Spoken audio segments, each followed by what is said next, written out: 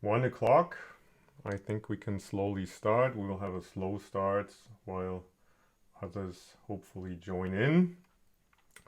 So first and foremost, it's my great pleasure on behalf of the SURESOFT team members to welcome you to our 5th SURESOFT workshop in our SURESOFT workshop series, so to say.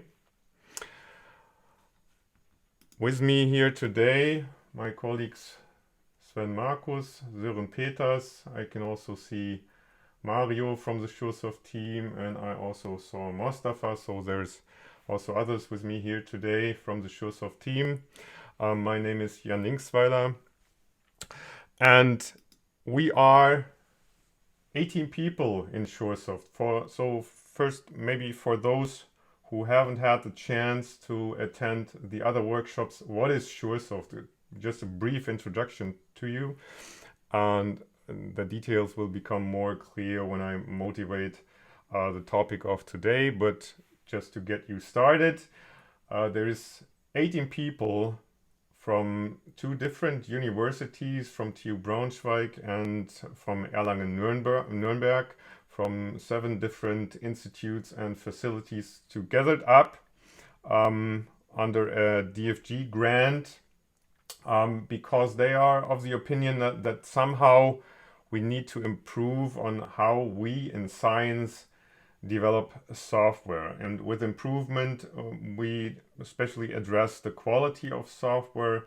We have certain problems with scientific software. Maybe you have heard of the credibility crisis or productivity crisis. And we try to improve on that, and especially try to improve the sustainability of research software. And in this context, we have our workshop series.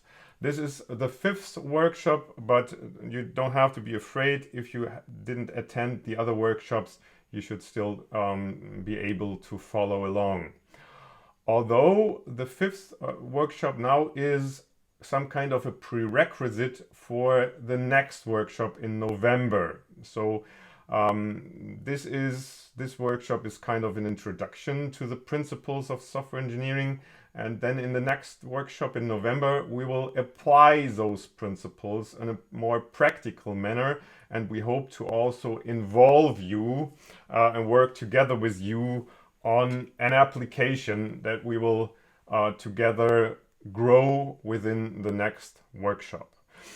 So in order to make people also able to attend this next workshop without being here today, we will record this workshop so that people can have a look at this workshop, watch it later on, and be on the same track with those who attended today. That means I'm recording my slides, so the slides will be recorded. I will not record any of the other pictures, so your webcam, if you share it or something, will not be recorded.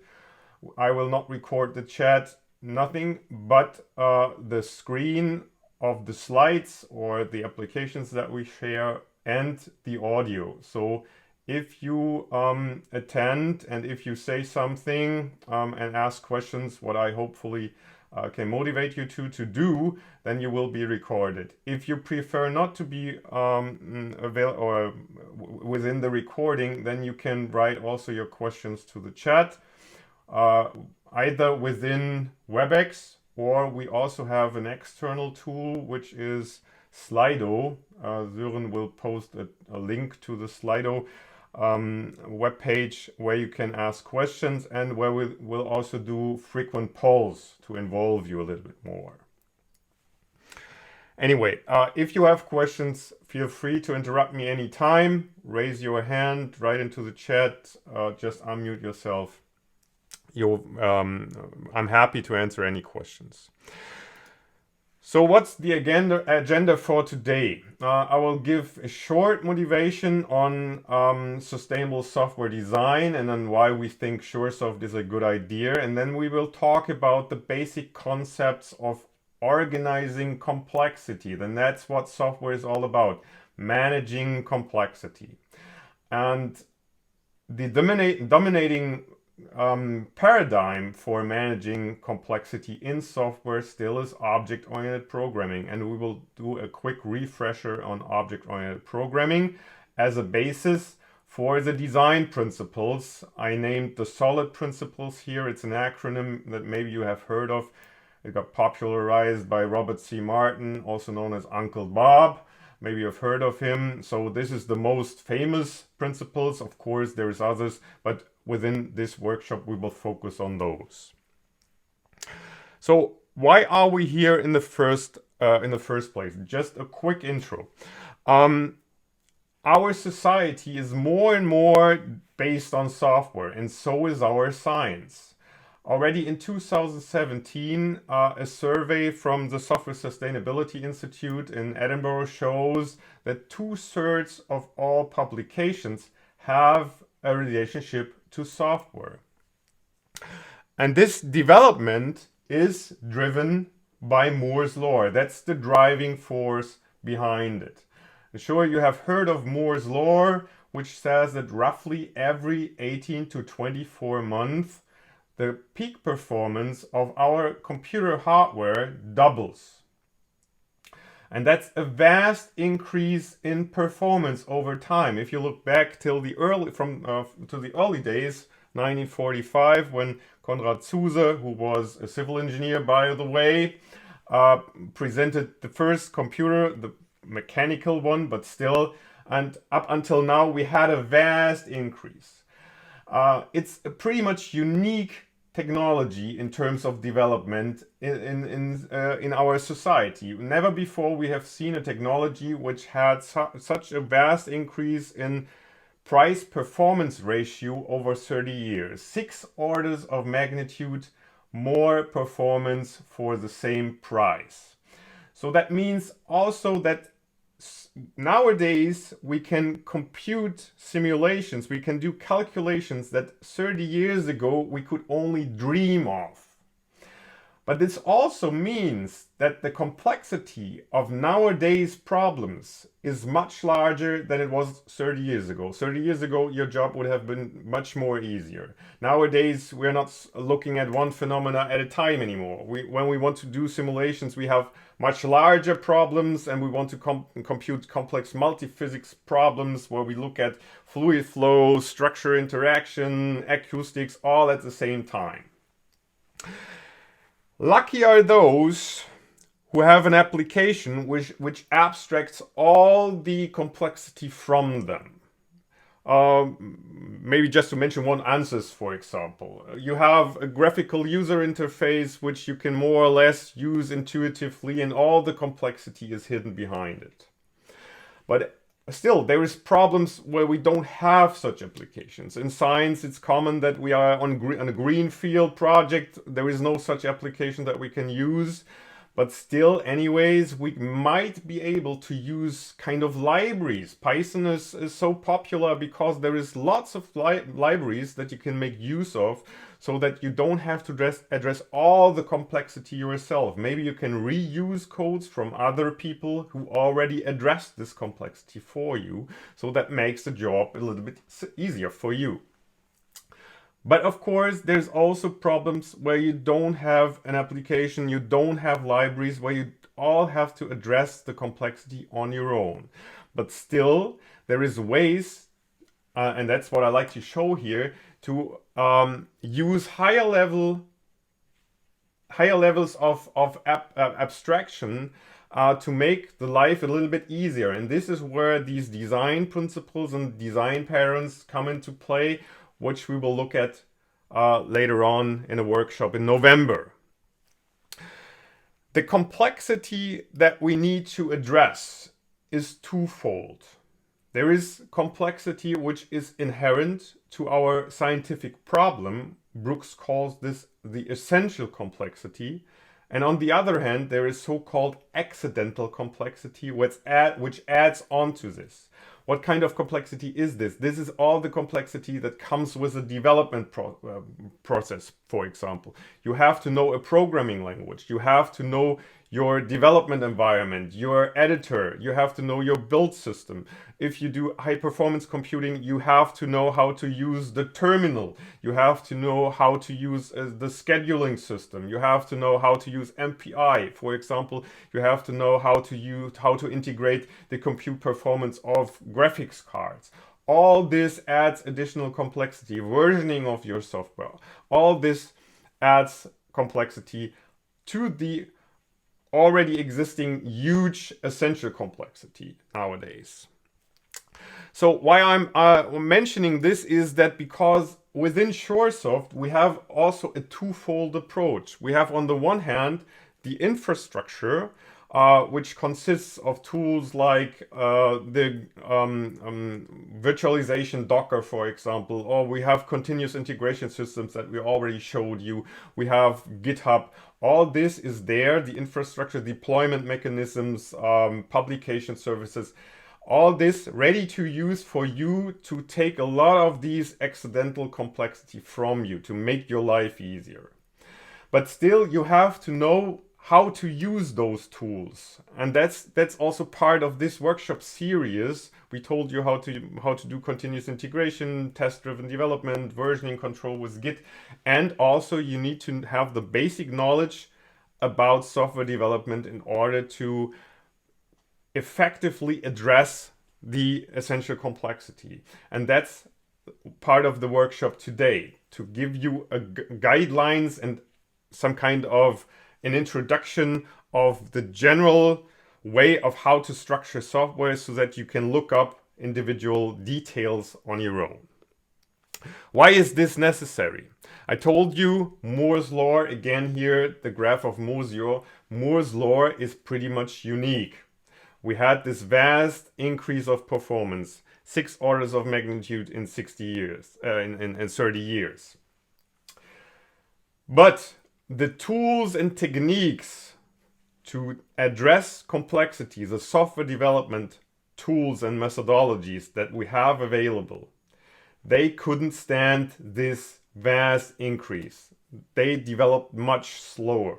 And that's not because the people are not smart enough, but that's because the development of the technology, the computer technology, is so fast.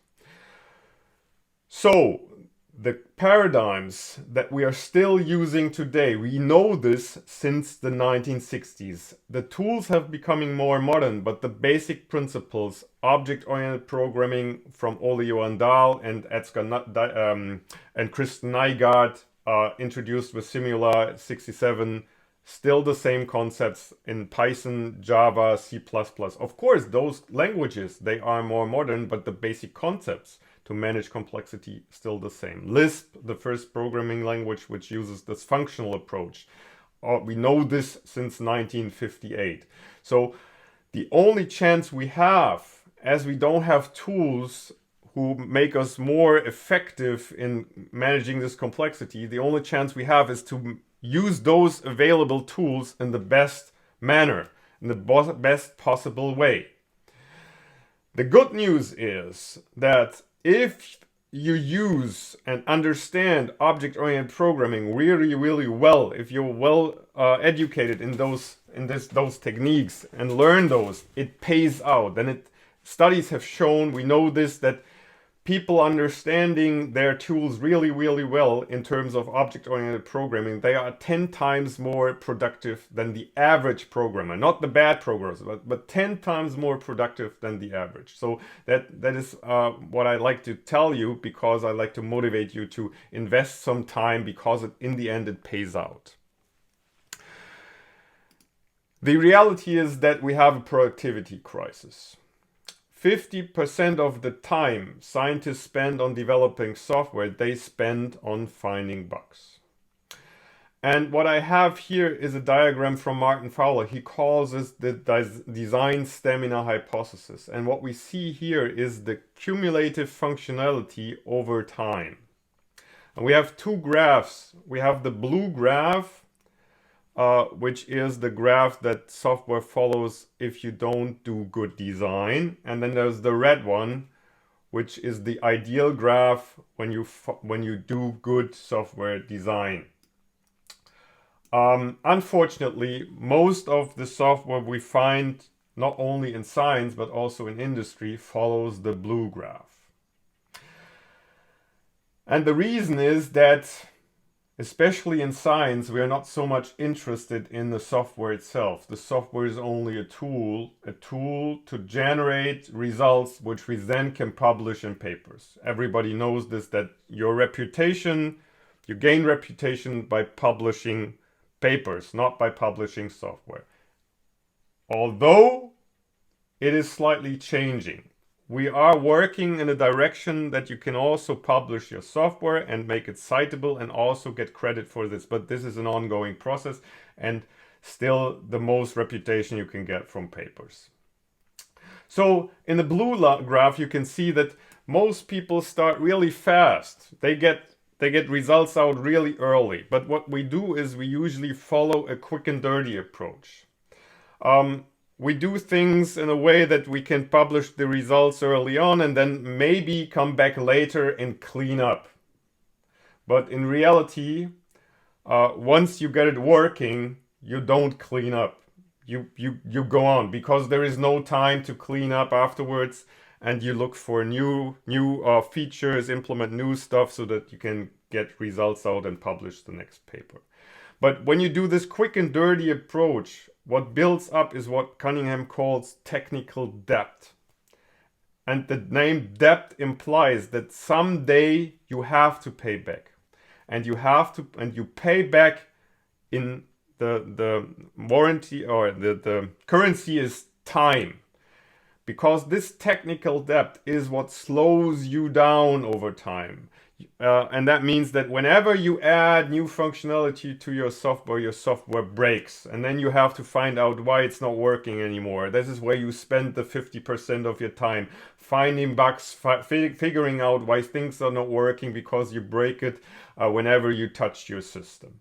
And up until a time, whenever you touch the system, it breaks and you get no progress. You can't proceed any further. You're so much slowed down that in the end you will decide to start over again and start from scratch. But then the same situation occurs usually, and in the end you will also follow the blue graph because all the learnings you took from the first version, they went off with people going into industry because there's this high fluctuation. People are gone. You don't have the experienced programmers anymore. Great men think alike, and you follow the same graph along. What we like to motivate here is that you follow early on an approach where you consider good software design, where you make your software, where you create it in a way where you focus on building good software design, which allows to evolve over time so that ideally you follow your red graph. And that's what we try to motivate with this workshop and show you how to do this, how to achieve good design. And first and foremost, what does it mean, good design? What makes good design? That's a question that we will address in this workshop. So to keep it short, Robert C. Martin, the one who I quoted and I will frequently quote here, is the only way to go fast is to go well. In addition to this productivity crisis, we also have this credibility crisis. We cannot reproduce the results. We publish papers 1 month later. Neither we nor others can reproduce these results, or we publish results which turns out to be wrong and we have to retract those papers. 90% of all academics are of the opinion that we have a credibility crisis, and this has to do with the quality of software. And with this, I'd like to start a quick poll and ask you what you consider the most valuable fact of software. Jeffrey Carver made a survey where he asked scientists what they think is the most important quality characteristic of their software, what they value the most. And we would be interested in knowing what you consider to be the most important part or the most important characteristics of software from your perspective. Sören, can you please share? You can find the link in the chat to the poll. Or you can go to slido.com. Okay, we have to switch to 5 or 6.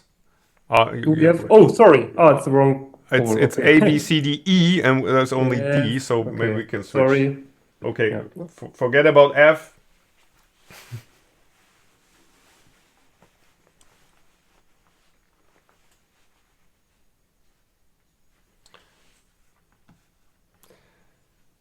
So there is no right or wrong answer here.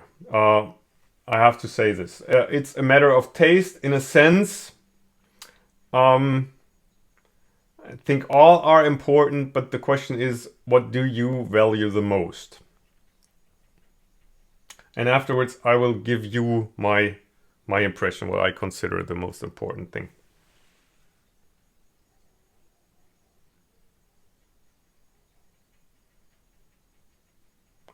So 19 people attended. Looks we have kind of a winner here.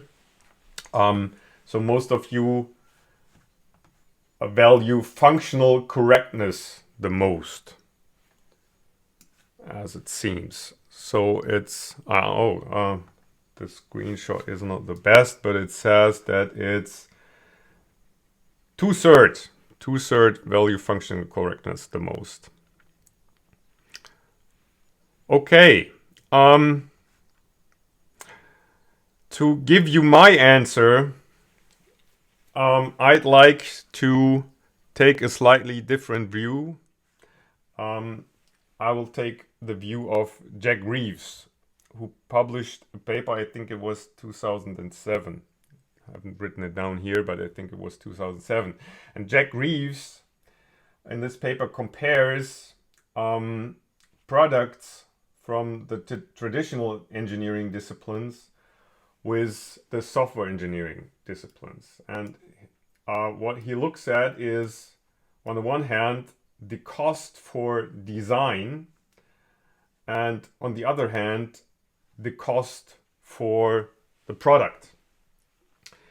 And I'm from the civil engineering discipline, so that's why I have a house here. And in the civil engineering discipline, we spent a reasonable amount of time in the design phase of our products, houses, bridges, before we actually build those. Why is that? That's because the design is comparably cheap compared to the actual product. What this means is that it's worth investing a lot of time and thinking of every single detail before building the actual product. Why is that? That's because changing the product, the house or the bridge afterwards is really, really cost intensive. And that's why we spend so much time on getting it right in the first place, because we have to avoid necessary changes in the end. And that's true on every scale. But either you build a bridge or a skyscraper, or also for individual houses. And you might think that building a house is a solved problem. But still, anyways, if you want to build a house for your family, what you usually do is you look for an architect and tell her all you want your dream house to be like. You have your dream house in mind, and then you tell her everything about it, and you expect that she picks up all your ideas, all your emotions, everything that you want your dream house to be like, and that she takes all this and puts it into this building plan, and in the end, what you achieve is your dream house.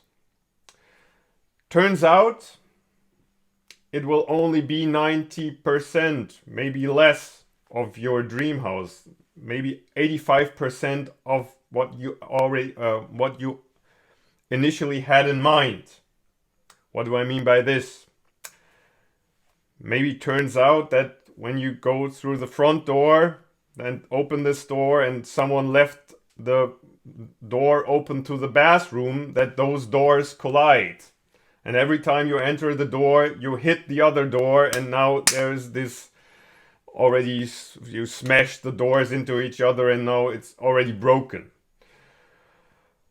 Or it turns out that in winter time, in the living room, it's quite dark. Would have been much better to have a larger window on the south side and make it a little bit larger to get more light in there. But change is much too expensive. Or it turns out that there is a window and a staircase, and this window gets dirty, but there is no chance of reaching out to this window to clean it. So every time you want to clean it, you have to call someone who builds up something and gets onto the roof to clean the window or whatever. Or in our case, there's an oven in the living room, and there's a chimney, and this chimney has a little hole that you need to open from time to time to clean the chimney. But the plan says that is exactly where the hole is. There is this large bookshelf, which you always have to take down all the books out of the bookshelf when you want to enter to this or get to this little hole to clean the chimney. So all these little things, these little details, you cannot think prior to building it. So there is limitations in thinking everything through. If you have this traditional approach where you first plan everything through and then build it, usually you only reach up with 90% of what you had in mind. But still, it's a success. The construction company says we build it exactly according to those building plans. 100% success in our case. It's exactly what you wanted us to build. It's according to the plans. 100% huge success. But the customer, maybe he had something different, or he or she had something different in mind. Now, let's do an experiment in mind. Let's consider for a moment that building a house costs only 100 euro and is done within an hour. Would you then have gone ahead and asked an architect to design the whole house for 20 or 30,000 euro? I don't know what it costs to hire an architect, but it's a huge amount of money just to end up with 90% of what your dream house actually is? Or would you have gone ahead and just make a quick draw on a napkin, go to the construction company, went to the construction site, pay you 100 euros and let them build your house and actually see the house, being able to walk into it? And of course it looks crappy. I mean, you're not an architect, you don't know how to build houses, but you have an idea of how your house should be supposed to look like. And when you walk into it, you find things that you already like. The kitchen, for example, maybe the kitchen is exactly how you want it to be. And then you say, okay, that's fine, but here's a lot of things that we need to change. And you write all those things down and then hand it over to the construction company and say, I come back later, here's another 100 euro. Take your time, 2 hours, build the new house and look at it, and leave the kitchen as it is, but the rest, tear it down, make it new according to what we just said here. And you go on for this. You do iteration to iteration, and the house becomes much more what you had in mind, much more of your dream house. And then eventually it looks good enough to move in.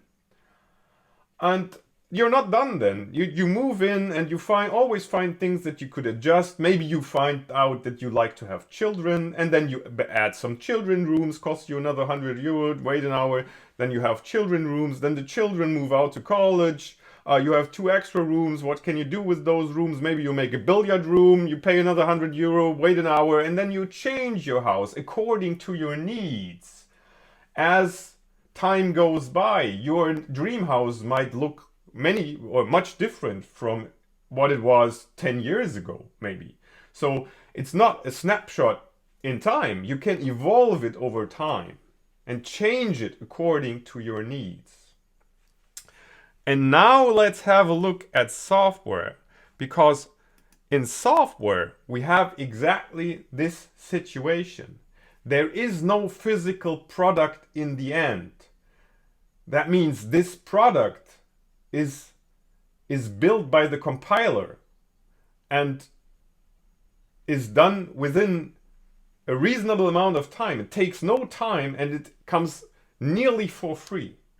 So the product is built for free, while the design, the source code, is really expensive. You have to spend a lot of time writing the software before you actually build it. So it's worth taking the second approach. The approach where the house costs only 100 euro and is built within an hour. It has not always been this way. In the early days, hardware was really expensive, but then Moore's law kicked in and changed the situation massively. Massive change. So in the early days, it was fine for people following what we call this waterfall approach, this plan-driven approach, this approach that we know from other engineering disciplines. Do a lot of analysis, do a lot of planning, plan every single detail, and then build the software. That's what worked in the early days of software. But then the situation changed. The product is for free, and the design actually costs a lot of money. So that's why people came up with this agile approach, with this iterative approach. Because in the end, what do you think? We already said, with this plan-driven approach, you have only a 90% chance of actually ending up with customer satisfaction. But with the agile approach, the chances are much higher that in the end you can evolve the product to what the customer actually needs and wants and have in mind. Now coming back to the initial question.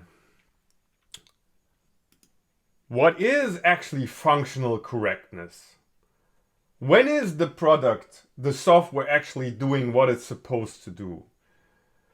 It's only for a fraction of time, because software, because of this situation, is never done. Software will evolve over time. You will change your software. Every time your scientific approach is a dynamic one. You don't know where you want to end.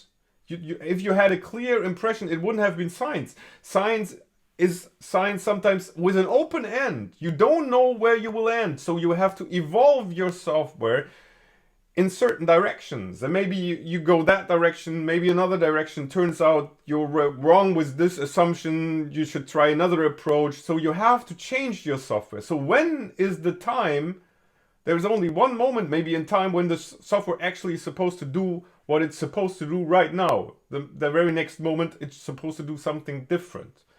So functional correctness is only a matter of a certain degree of time.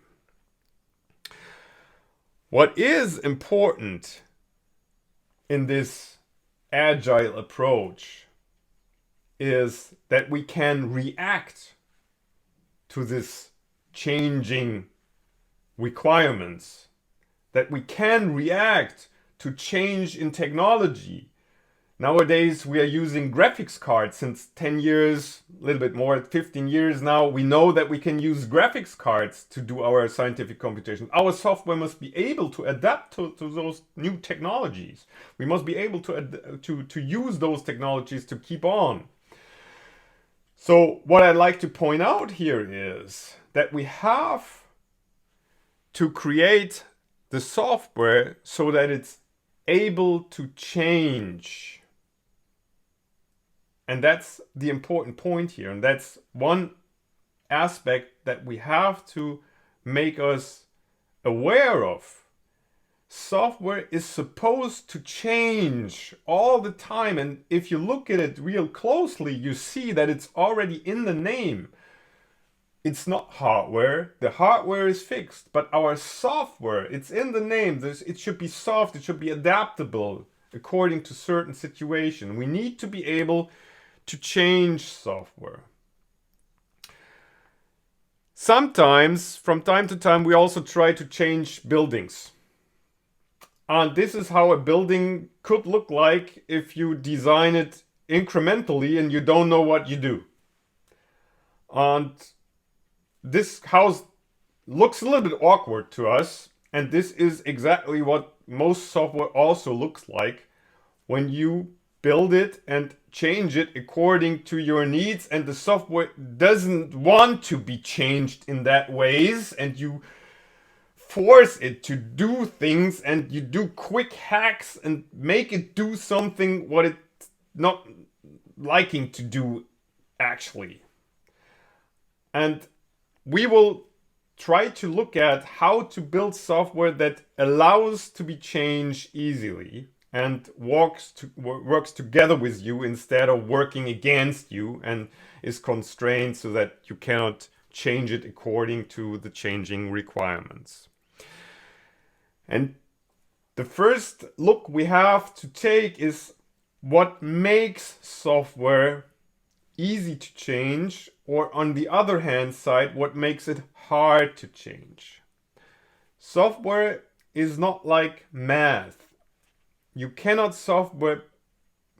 prove software being right. That's what Edgar Dijkstra said. You cannot prove it being right, but you can prove it being wrong. So for us, it's much easier to show or find out what makes it hard to change than to prove that what makes it easy to change. So we will always look from the opposite side. We will find out what makes it hard to change here. And to do this, let's have a look at how we develop software. Most commonly, people use object-oriented programming. And even if you don't know what object-oriented programming is, you will find out along the way. So for the moment, object-oriented programming is oriented towards the human mind. All we do here is, that's what we have to point out again, is all we do is to make the human brain able to grasp all the complexity. The computer doesn't care about object-oriented programming. It's not important for the computer. The computer doesn't care at all. We use object-oriented programming to make it more available for the human brain. And that's why we orient our model according to what we know from reality. In this case, we have a person. And so we have a person class here. Down here, there's this person class. This rectangle means there is this class which is called person. And then we have a car and we have an engine which accelerates the car. And Alan Kay, who coined the term object-oriented programming, he later on said, oh man, I would have been much better off calling it message-oriented programming, because it's not so much about the objects. Having these individual objects doesn't make the software doing something. What makes the software doing something is sending messages around. So what we do is here, we send the message to the person that the person is supposed to move. And once the person gets this message, the person itself sends the message accelerate to the car. And the message rotate to engine. So the prerequisite here is that the person is able to understand this message move. So does the car understand the message accelerate, and the car sends the message rotate, so the engine should be able to understand the message rotate. That means that we have certain expectations according to the person. The person has some expectations from the car, and the car has expectations from the engine. The car expects the engine to understand this rotates message. Person makes the car, or expects the car to understand this message, and we expect the person to move or understand the move message. And from this expectations comes dependencies. The car depends on the fact that the engine understands the rotate message. The person depends on the car understanding the accelerate message, and we depend on the person understanding the move message. The good thing here in UML is that these arrows, they point into the direction of the dependencies. And these dependencies, they make change a little bit hard. What if the engine does not react anymore according to the rotate message, but we change this rotate message to some different name? The result is that the engine changed, and so does the car have to change. So every change enforces us in the direction of the dependencies to do changes accordingly. Let's consider this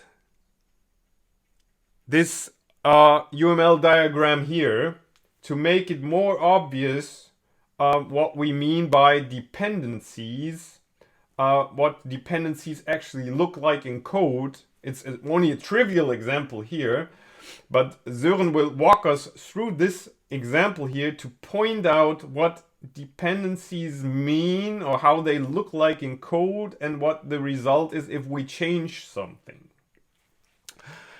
In order to do this, I switch to Visual Studio, and now you should be able to see Visual Studio. You can see it. Yes. What we have here is a circle. Everyone knows what a circle is.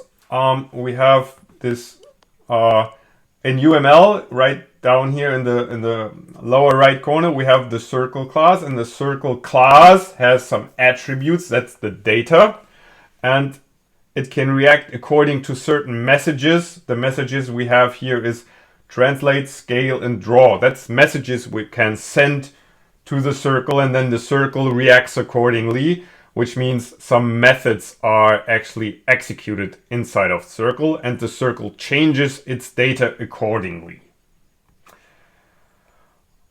Okay, Sören, with this I hand over to you. Yeah, okay, thank you. Okay, so what you can see here on the left is this little code snippet.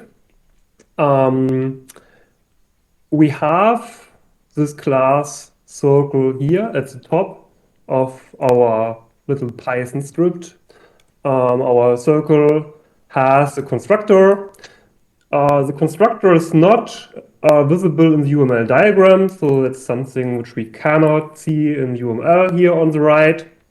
As a constructor gets one attribute, the radius here, and we are initializing our attributes.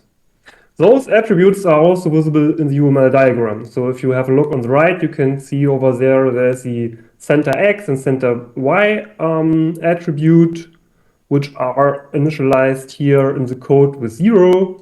Then we have the radius and the color, which is initialized, which with some random string here, which is in our case red.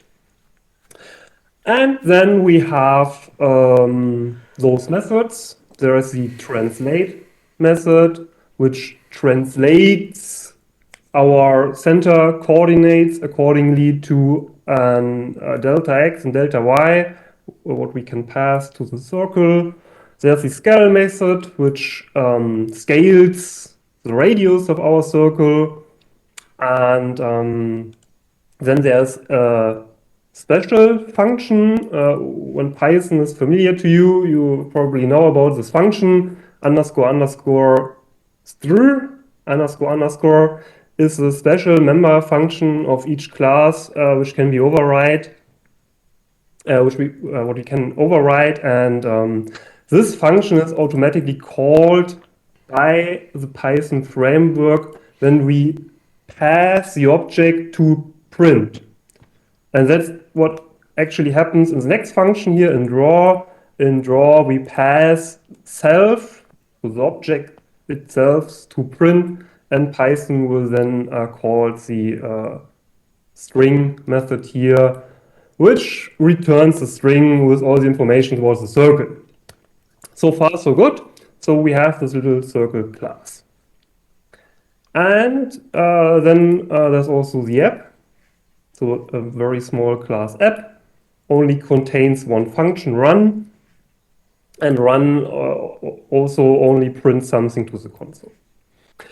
And at last we have our main part of our script. In the main part we are instantiating a circle object with a radius of 10 here. We are instantiating the app and then we can run our application. And we can do this in the terminal window. So on the top right we have the terminal, and I will execute this little Python script here, which then prints to the console app is running. Okay, so far so good. But the topic at the moment is dependencies. So let's see what dependencies we have, and if we already have the dependency from app to circle. So our circle, when we look on our circle, I cannot see any dependency to some other class. If I have a look on app, I cannot see any dependencies either.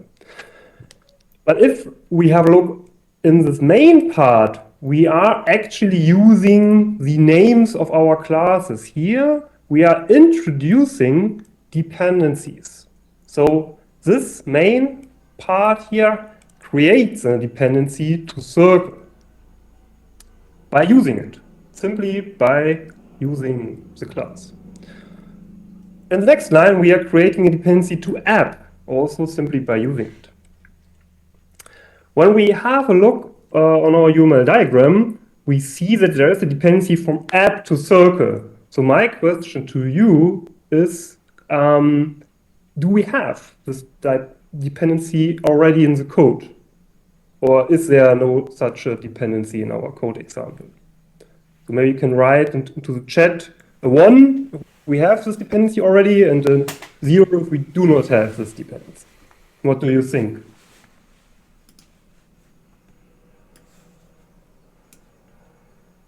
Two.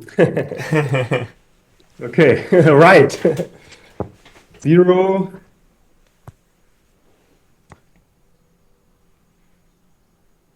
Okay, someone else?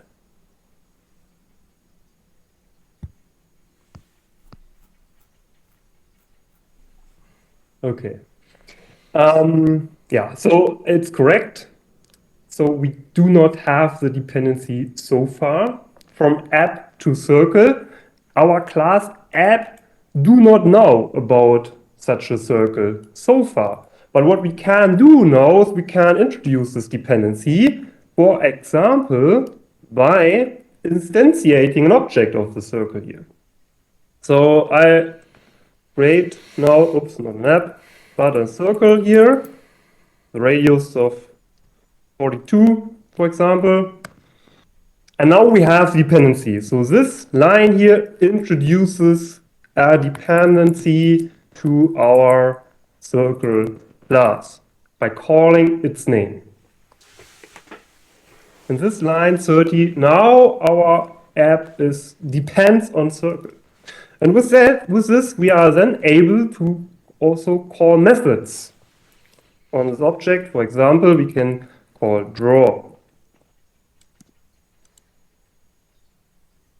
So maybe I can run this program now, and we can see over there in the terminal window on the right that our circle is now printed with radius of 42 to the console. So with this, we now have a dependency from app pointing towards the circle. If we now come to the situation that, for instance, the circle changes, as we have learned, software always changes. So for instance, the name of draw could change. For instance, we could change the name to print, or print, or draw to console, or something like this. It's trivial, but by introducing this change to our circle, we can already see in our editor that something happens. Draw is now underlined by this red underline here, and we can see that there is this dependency from app to circle. If I run the program now, it will crashes or it will produce an error because circle object now has no attribute draw anymore. So as we can see on top right. So I will change the spec to draw, and then our program can run. So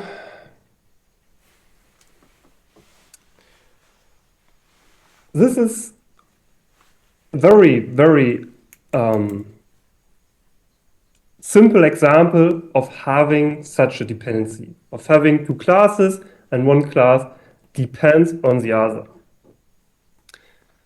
Of course, what I could also do is not instantiating the class here, the object here in line 30, but we could pass the object to as a parameter to run. So I can pass the object, the circle, to the run method by adding this parameter here to the run method. Then, of course, I need to pass the circle here in our main part to run. So let's do this. And now this works as before. So I can run the program and it runs. But still, there is still the dependency from app to circle. If I change the name of the method here, it still creates a problem in our little application. So the dependency is still there.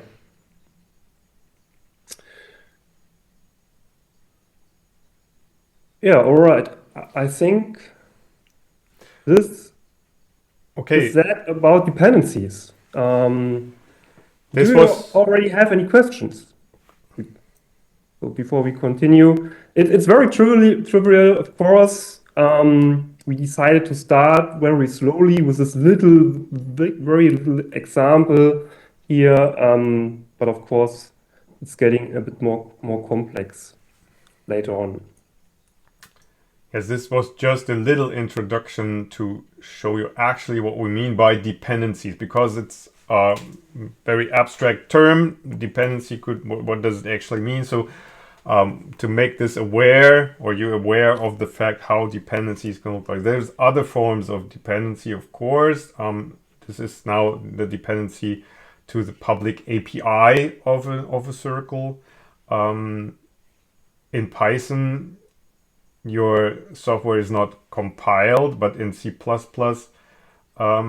even mentioning an object and including a class with include, include, and then any header, when any change occurs to a file that is included somewhere else, the compiler needs to rebuild the code. And this is also a dependency, and with large programs, having the need to recompile parts of the application can be really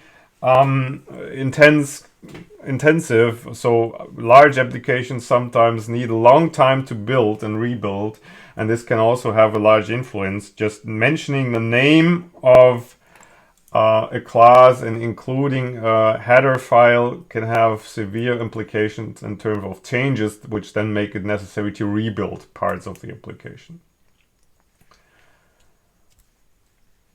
Okay, dependencies, or dependency is also the focus of this example here now. This slide shows you modules on different levels. We have our main module here. We saw this in code. Let's switch back. Okay, yeah, I switch back to the slides only. So we have this main module here, which has a dependency to and talks to high-level modules. The red arrow shows the control flow, the direction of the messages, and The black arrow is the source code dependency. So in order to be able to send a message to the high level modules here, high level module 2 and 1, the main module needs to know that there is certain messages that will be understood by the high level modules, and the high level modules talks to low level modules, and the low level or mid level modules, and the mid level modules talks to low level modules. So now what happens if what we could have seen from our other example is that when we do a change to one of these low level modules here below, that this change affects the mid-level module. When we do a change in the low-level module, it's very likely that we have to change the mid-level module accordingly. We have to react to the change. Name in the function, for example, needs to make a change accordingly to the mid-level module. And then if we go on and change the mid-level module, chances are very high that we also have to change the high-level module, and so on and so forth. So one little change in one of these low-level modules could cause us to do a lot of other changes in the depending modules. Now you might ask, so what? What's so problematic about change?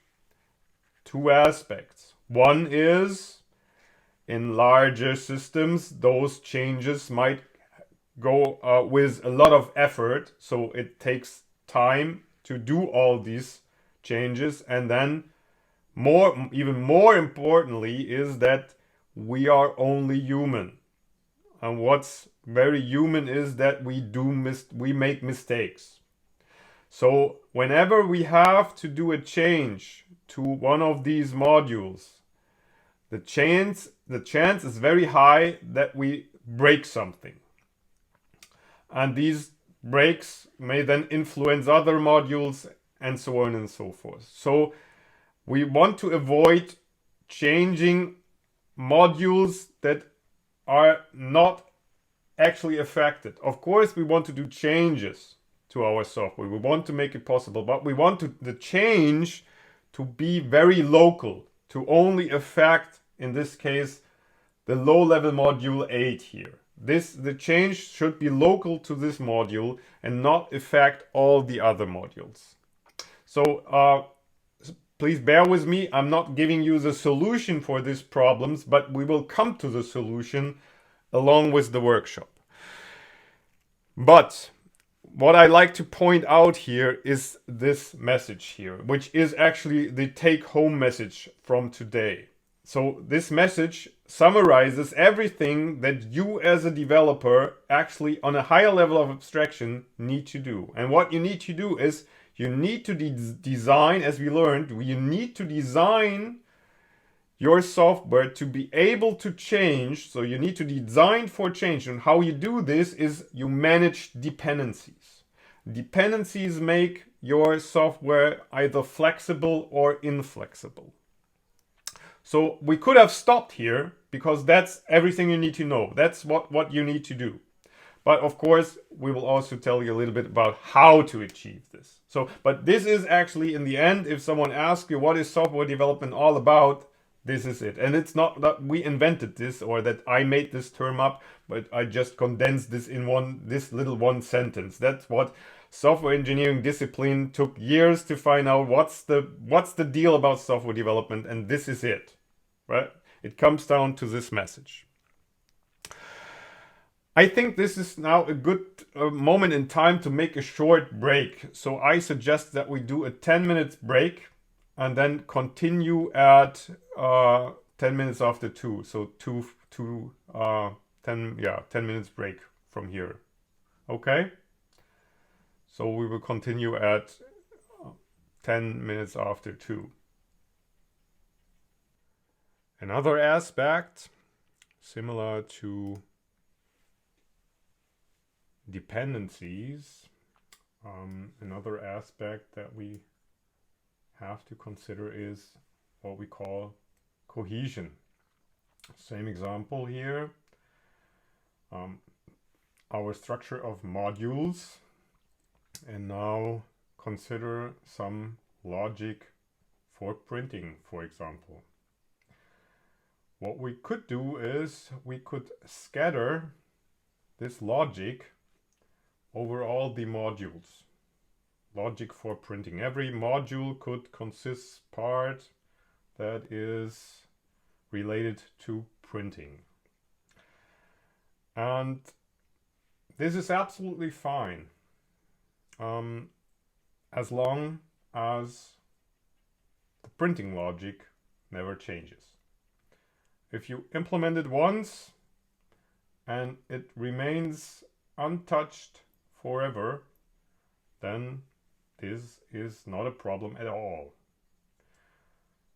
Situation is different if printing is something that you frequently change. For example, because you want to support newer printer brands, models, whatever. You need to implement new printing logic, and this logic needs to affects all the modules, all the logic in the modules. That would mean whenever you have to change printing, that you would have to touch every single module. And as we said before, touching a module, touching any part of your code means you're putting it under the risk of human error, because we do changes. So as opposed to this situation where you scatter the logic over all the modules, which results in what we say low cohesion, a better solution would be to collect all the logic that is related to some aspect, in this case printing, and put all this logic into a single module, which encapsulates all these details about how printing is done. And when you then have to touch or change the printing logic, then you only have to touch one module. Still, as we learned, there is the dependencies also included here. That means when we touch mid-level module 2, this will also affect high-level module 1, but we haven't yet figured out how to solve this dependency problem. Coupling and cohesion actually are metrics. Metrics that can be used to say something about the quality of your code. This is only for later on, if you go through this again, and again a definition of what cohesion means. And Ed Jordan and Larry Constantine, they in 1979 already introduced these matrices, coupling and cohesion, that can be used to say something about the quality of your software. Looking at coupling and cohesion, if you have some code that has a high coupling and low cohesion, chances are high, or you definitely have bad design. So low cohesion and high coupling are good indicators for bad design. On the other hand side, if you have high cohesion and low coupling, those two metrics alone are not enough to say that you have achieved good design. There is, of course, other things that you can do wrong, so you can't exchange one with the other. Having low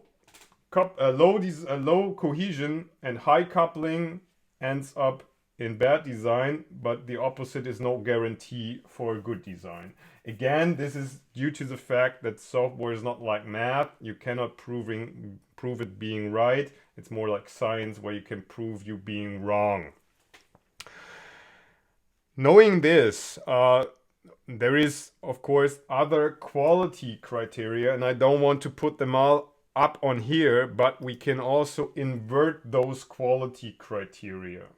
And those are then called design smells, which are good indicators for you that you have done something wrong. There's good chances that you did something wrong with your design. One is that your software is difficult to change, then it's rigid, then it's a good indicator that probably you have done something wrong. If your software breaks frequently whenever you touch it, you remember this design stamina hypothesis from Martin Fowler, that whenever you touch your code in the end, when you don't care about your design, whenever you touch it, you break it. Or if your software is difficult to reuse in different contexts, or part of your software are difficult to reuse. For example, consider this printing logic.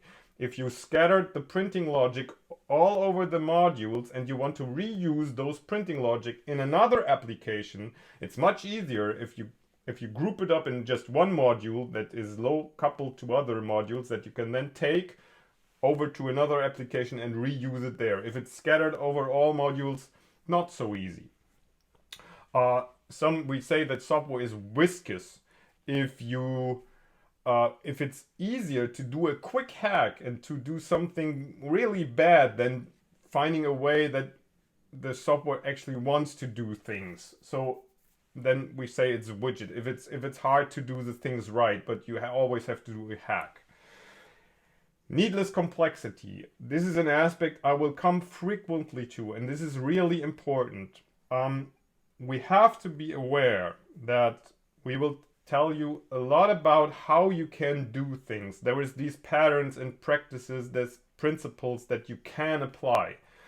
But you can also overuse those techniques. Whenever we do something to make something more flexible, then it is because it needs to be easy to change in some regard. If your software will never be touched, then there is no need to make it flexible. Ideally, you can put everything in a single class forever or whatever, but if you just build it once, if you build just a script that you run once and will never touch again, you are fine with doing it the simplest way you could think of. There's no need to make it flexible. But chances are high that you will come back and then your boss asks you, you have written this nice script which does XYZ. This was one month ago. Can you take this script and do some other things? Then, of course, you find out, okay, I will reuse this script. I have to change it according to other needs. Then I have to make it flexible in some senses. And then it makes sense to add techniques that we will look at later on and apply those and make it even slightly more complex. And that's the important part here. Whenever we make our system flexible in some regard, we usually have to make it a little bit more complex to achieve this flexibility. And this complexity that we add is only worse if we actually need to be flexible in this regard. If we just add it because we anticipate change, we think it might be necessary to be flexible in some sense, and the change never happens, then you made your software complex in some regard without actually have a benefit from it. So this is what we call needless complexity. People sometimes use Yagni, you ain't gonna need it. Don't anticipate the future. Wait until the future actually happens. And if the future happens, then change your system accordingly to make it easy to change in this regard next time. Because if it changes once in this regard, then the chance is really high that it changes second time in this regard. Other important thing is needless repetition. We don't want to have redundancy in our code. We come to this later on. And also, of course, we have to take care that our system is easy to understand. We talked about clean code, or in clean code, Sven told you a lot about naming your functions, your classes appropriately, so that you understand what this system is meant to, the function is meant to do. It has to be understandable on the low level, on the coding level, and on the structural level, on the architectural level. Those are all symptoms for bad designs that you can or should take serious. This is just a funny joke. You could also do a code review and count the number of WTFs. I think WTF means what the fish, right? So yeah, this is also a way to measure your code quality. On the other hand side, okay, this is how we don't want to do what we don't want to achieve. So how do we do it actually? What's the way? How do we do it? The bad news is there is no silver bullet. There is no such things like we know from other engineering disciplines like Eurocodes or something. If you stick to these Eurocode, then you end up with an appropriate solution. There is, however, learnings from the software engineering community. There is heuristics. There is these principles and patterns that evolved somewhere from proven solutions that we can make use of, but there is no black and white thing. You will always need to do decisions, and these principles can help you do these decisions, but still it will need some decision-making process. You will have to make those decisions, and we will try to make these decisions easier for you, but still there is some engineering involved in this, making the right decisions. That's the task of the software engineer or the scientific software engineer in this case.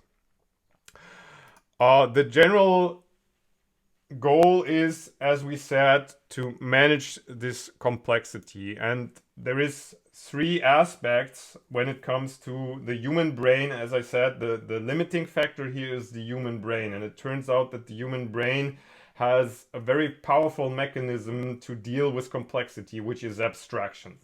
Abstraction, as we will see, is the most powerful tool that we can use in this case to deal with complexity.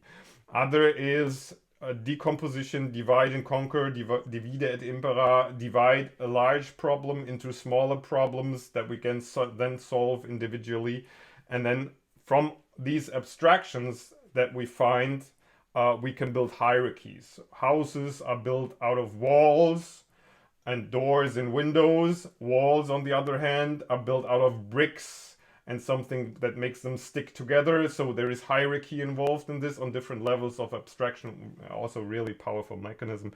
And we find this, of course, we find this in software. We find this in object-oriented programming. Modularization is decomposition, encapsulation, abstraction, and hierarchy. We find this in object-oriented programming.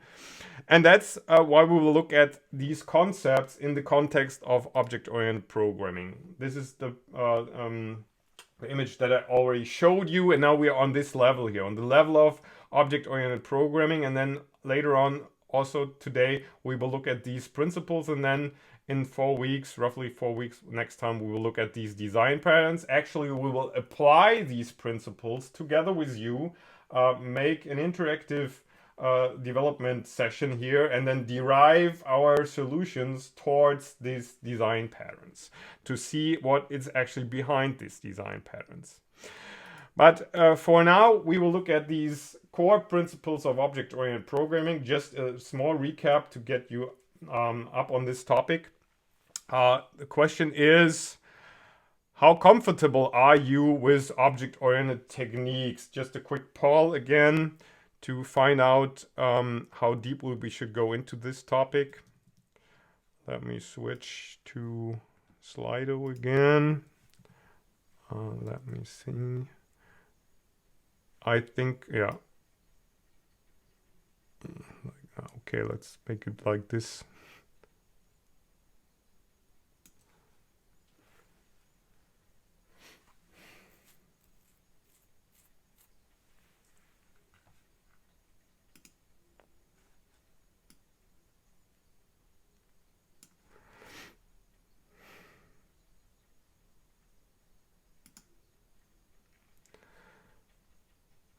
So most of you feel comfortable, but there's also a couple of people suggesting that we should do a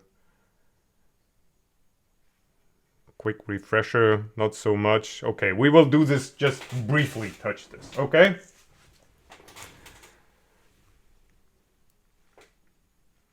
Okay, so first is encapsulation.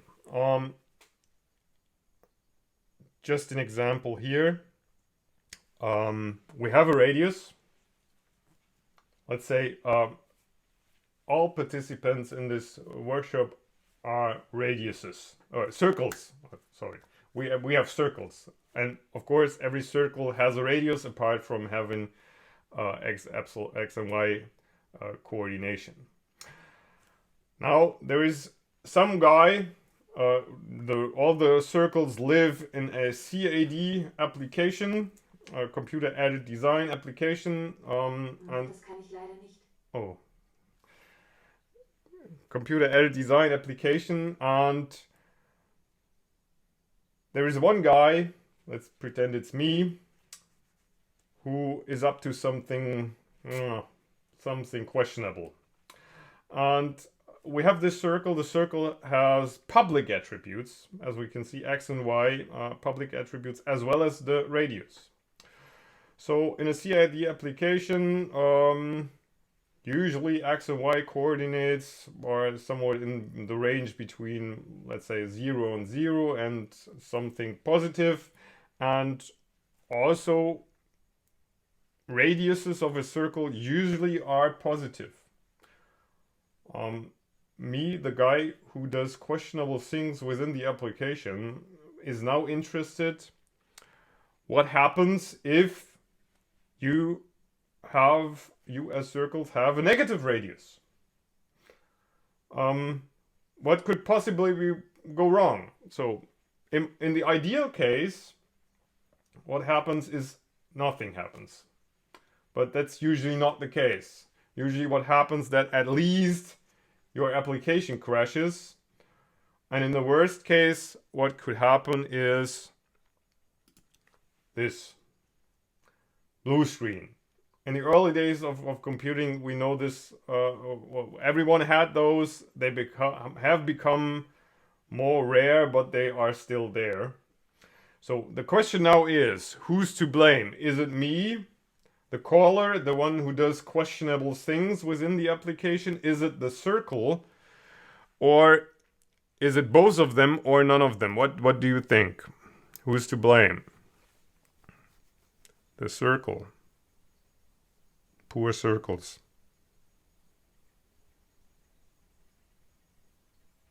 None of them? Yeah, okay.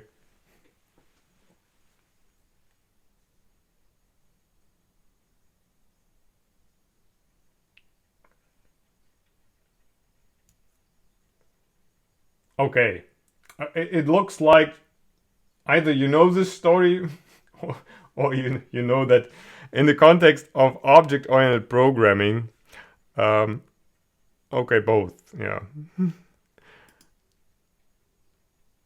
Actually, by convention, in object-oriented programming, an object is responsible to maintain its state. The object itself is responsible to know what, or who knows best what a valid state is than the object itself. So the object knows best about its properties, and it's responsible to maintain those properties and maintain that they are valid.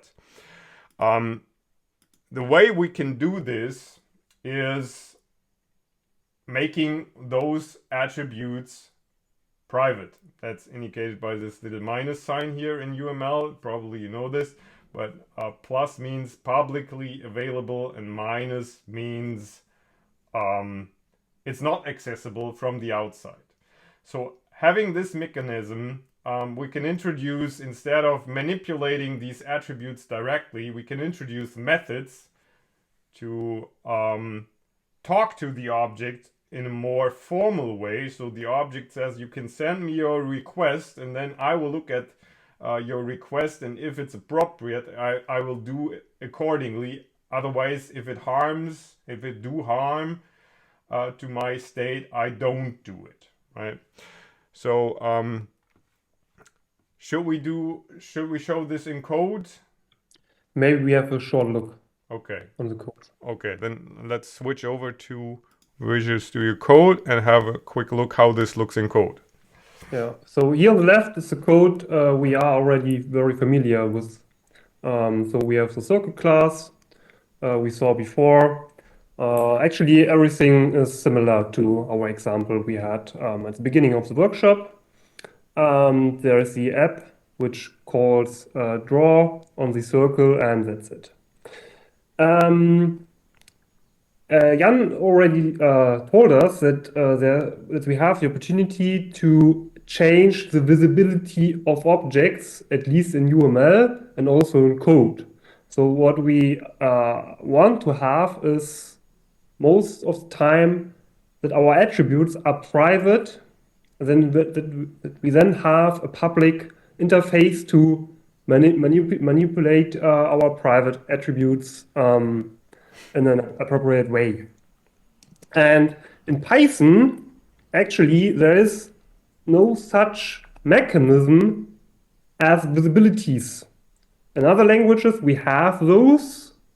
Maybe you are familiar with Java, there we have public and private keywords, or in C++, we also have public and private. And so we actually can hide our attributes in our class. In Python, we always can access attributes. So what do I mean by that? If I go to our application, the run method, here we have our circle, and I'm always able to change our attributes of this class. So for example, I can set the radius to -100, for example, without semicolon. But there is a convention in Python that we distinguish between attributes which have a name which starts with the underscore and those who do not. Here we have center and radius, and the attributes already starts with an underscore, and this indicates to us that these attributes are private and we should do not manipulate them directly. We can do this, but we should not do this. And yeah, so maybe we can give it a try. If this works, I can show it to you that we can set the radius to -100 here. And then let's run this application very quickly. And now we can see that there is a radius, that we have a radius for -100. What we want to have, of course, is this controlled access via the method interface. And we already have such a method, which is scale. In scale, or with scale, we are able to change the radius. So instead of manipulating this private attribute here, we should call the scale method and pass along a scaling factor. For example, we can pass 100 or 10 or whatever to our circle. Let's run the application. And now we have a radius from 100.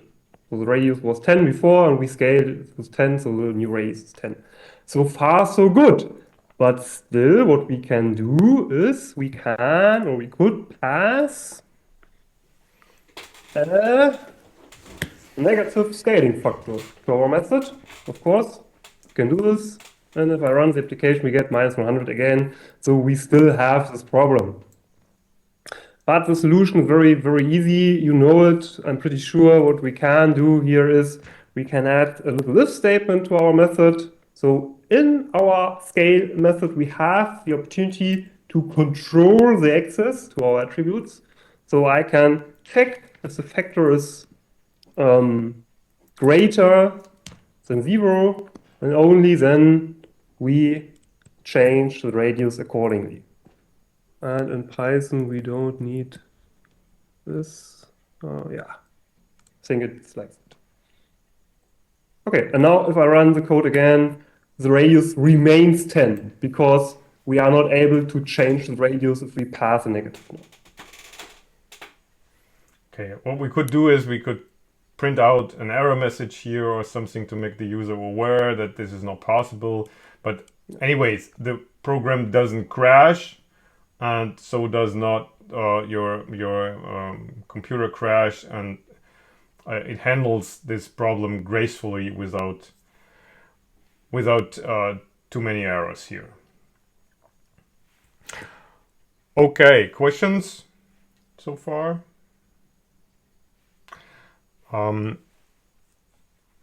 Encapsulation is only one part of what we just saw is data encapsulation, and encapsulation goes a little bit wider. What people also understand is another concept, which is information hiding. So it encapsulates the details of our code, of our behavior within the class. What do I mean by that? What we can see here is an image of an iceberg, and what clients of a particular object see from the outside and how they can interact with an object is by using the public API. This is all parts of our class that is visible in UML, and which has this plus sign in front. The public parts of our class functions, also the attributes, if they were public, form the public API. This is the nice thing of UML. You can clearly see the public API. You see the message signatures here. Those are parts. The message signatures are parts of the public API. And what is not visible in UML is the actual implementation. So clients don't see the actual implementations, and if they don't see the actual implementation, it's not so easy to make you dependent on this actual implementation because it's hidden behind this public API. Usually the dependencies are only based on this public API. This is what forces you to immediate changes. If you change something in the public API, you have to do changes accordingly in the client object that use this API. In other words, send these messages and call these functions.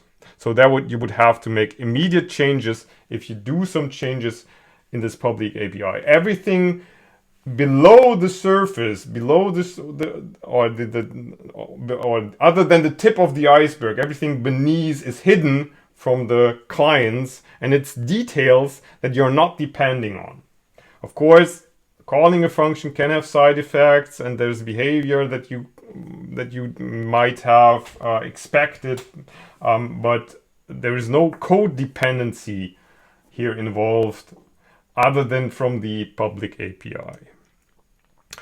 That's encapsulation. The next concept we'd briefly like to address is inheritance.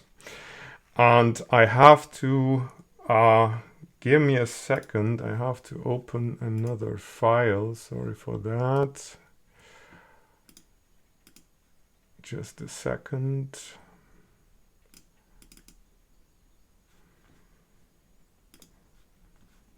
Now it should be visible. Where is it?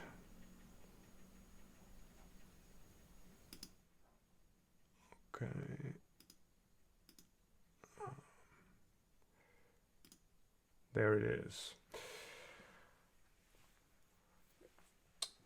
Consider the following.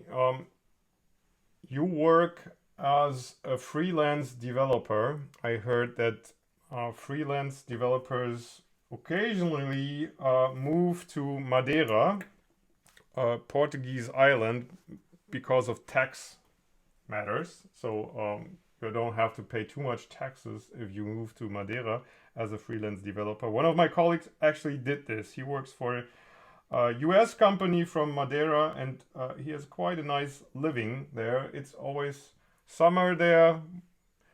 nice temperatures. You can do surfing, you can enjoy your life, and apart from this, you can write some software.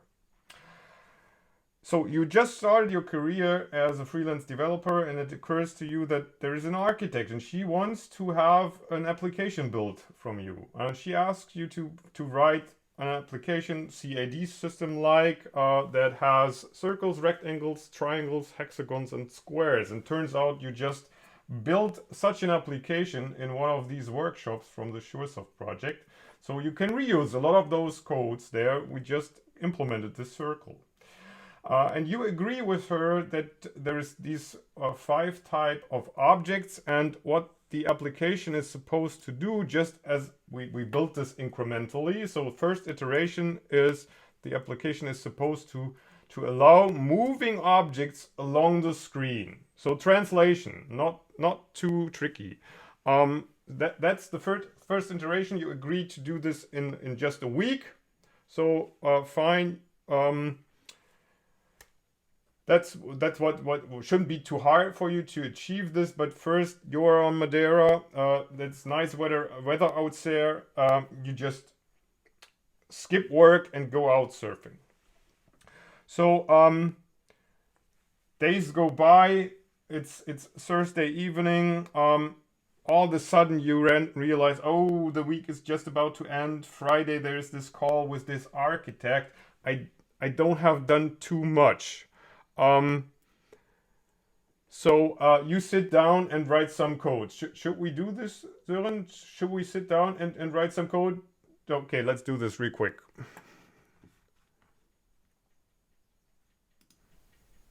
We do not have too much time, I heard. Yeah. So So there is this barbecue. Okay, let's do this real quick. I have to go to this barbecue. There's these nice people out there waiting. Okay. Yeah. Okay, so let's do it. We already have the circle, you know it. So let's make a copy of it. So I make a copy of the circle class and rename it to rectangle. And the rectangle does not have a radius, but it has a length. So let's change radius to length. And let's also change this little output function here. So this is not a circle, but rectangle, and it has a length. So actually, this is what real programming looks like, right? You do copy paste, right? Either you copy your own code or you copy code from Stack Overflow. Okay, rectangle. What That's else? what people do, right? Triangle. I have heard it. Triangle also has a length, so it's an equal side triangle. Let's keep it simple and create an equal side triangle. So it only also has one length, and that's it. So we have the triangle. Okay. Hexagon. It's also very similar. Also only has one length. And then we have the square, right? Square. Okay, so all have a center. All have Circle a has a center. radius. Square has also just one length. Hexagon has a length. It's an equally sided triangle, also has a length. And the rectangle is a little bit different. Oh, true. Rectangle has width and height, Width right? and height, okay. By the way, is a square a rectangle? No. Yes, I don't know. We will see. So width and height. Maybe not length, but height. yes, yeah, Height. right. And then also the parameter and the constructor. It's a And rectangle. yes, rectangle has and height.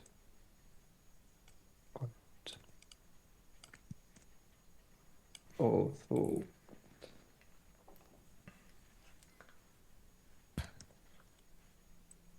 okay. Okay, yeah, looks nice to me. Should we run it once? No, just. Okay, let's do one more thing. As we now have all those classes, let's create quickly an Okay. object.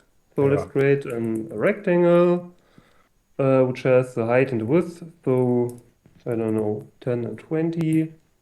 and translate it. We Mm-hmm. want to see if the translation works. That was the Yes. task of the architect. So let's Yes. call the translate methods once with 10 and 10.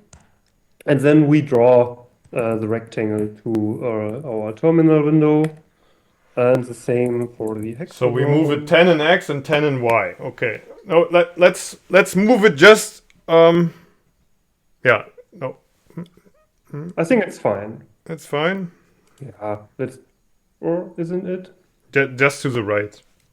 Just the right. Okay, it doesn't matter. So only X. It says in the I think if we go back to the other window, where was it? It just said it's supposed to, where is it? Move to the right, right? I don't. Let's see if we got. Yeah, it's supposed to move to the right. That's what we agreed upon. So just to the right.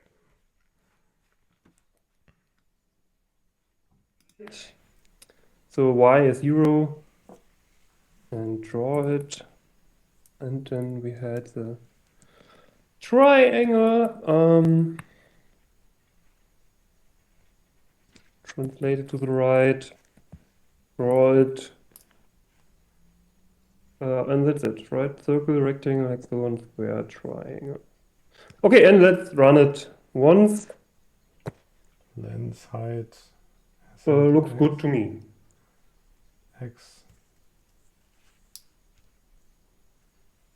Center. Looks Yeah. good to me.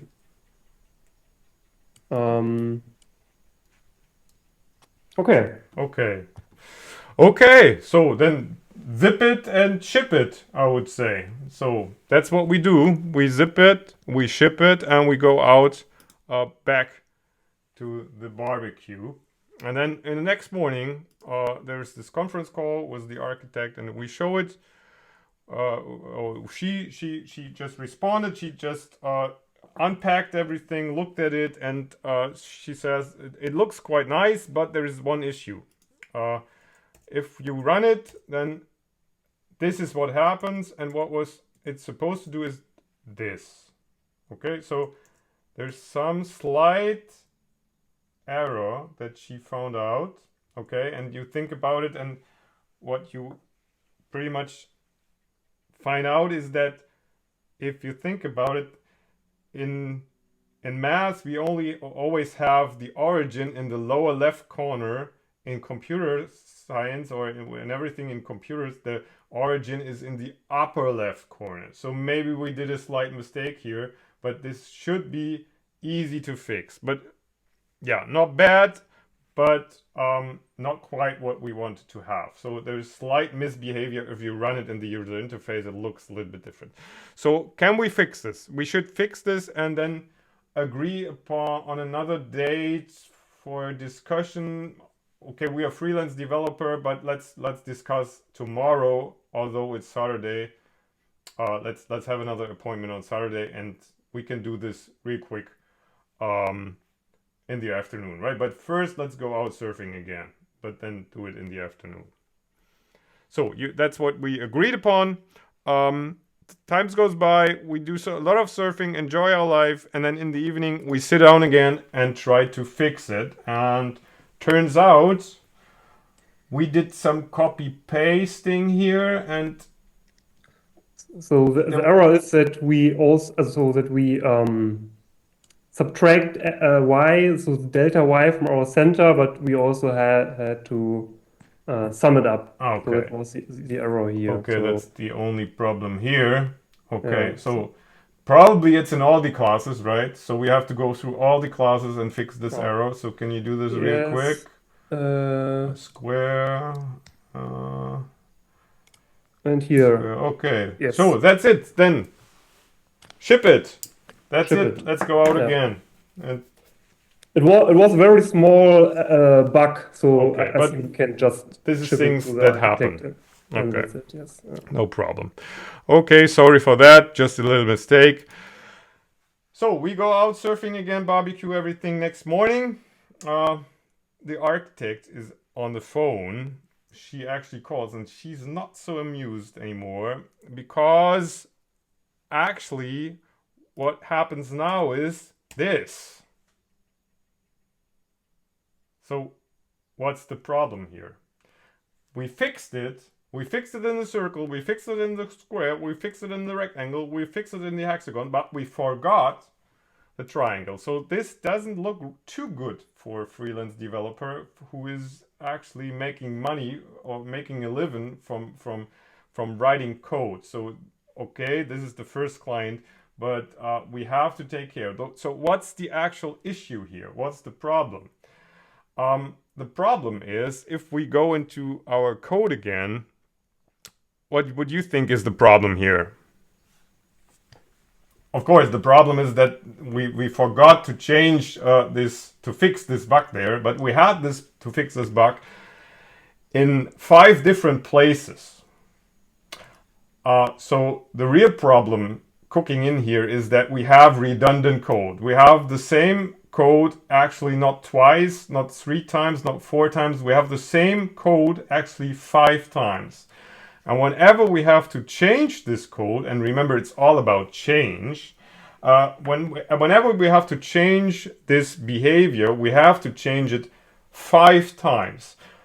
First, but when you do the change the first time, you are most likely you are concentrated. When you do it the second time, concentration goes down. And in the end, if you do it the last time, the 5th time, I would bet that you are not concentrated at all. So the chance is high whenever we do changes, that's what we said, the chance is high that we do a mistake, and the chance is even higher if we do redundant changes which are boring, which our brain does on autopilot, and then we do mistakes. So what we want to avoid here is that we have redundant code. And one way of avoiding redundancy, I'm not saying that's the best way, but one way to avoid redundancy is inheritance.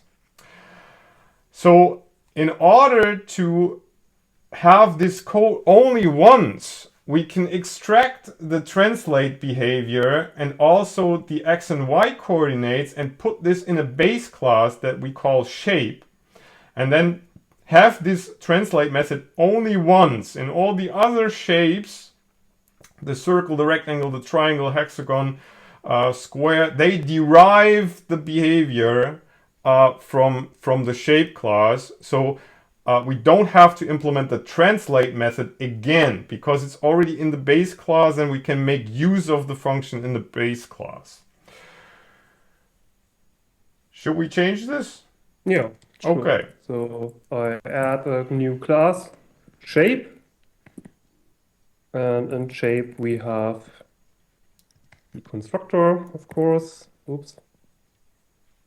And yeah, what we can do now is extracting the center coordinates to our shape interface or to the shape base class. So center x and y can be moved to our shape class now, and the same is true for our translate method. So yeah. Now you can get rid of all the translate methods, right? Of course. Now, so that's basically the shape class. We moved the center, x and y, and the translate method to this class. And now circle and all the other classes, of course, needs to be derived from shape. And this can be done by adding the name of the base class here after the class name. So this line here indicates that the class circle is now inherits from shape. And now we can get rid of center x and y and the translate method here. By the way, as you can see on the lower right, we have this inheritance arrow here. And people commonly read this as is a relationship. This is really common that this people read it like is a, but we will see later on that this is a little bit tricky if you call it is a. We would preferably say behaves like, but we will see why later on.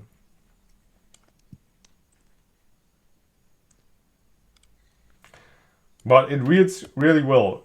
A circle is a shape, a rectangle is a shape, a triangle is a shape. Sounds reasonable. Okay, and that's basically it. So that's basically it. So this should still work, right?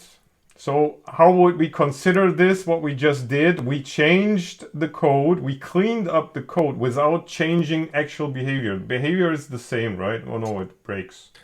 It breaks because we cannot access the center. I think we need to access the center now with super. No, Self. we have a quick look here. What's the problem? Sven, what's the problem?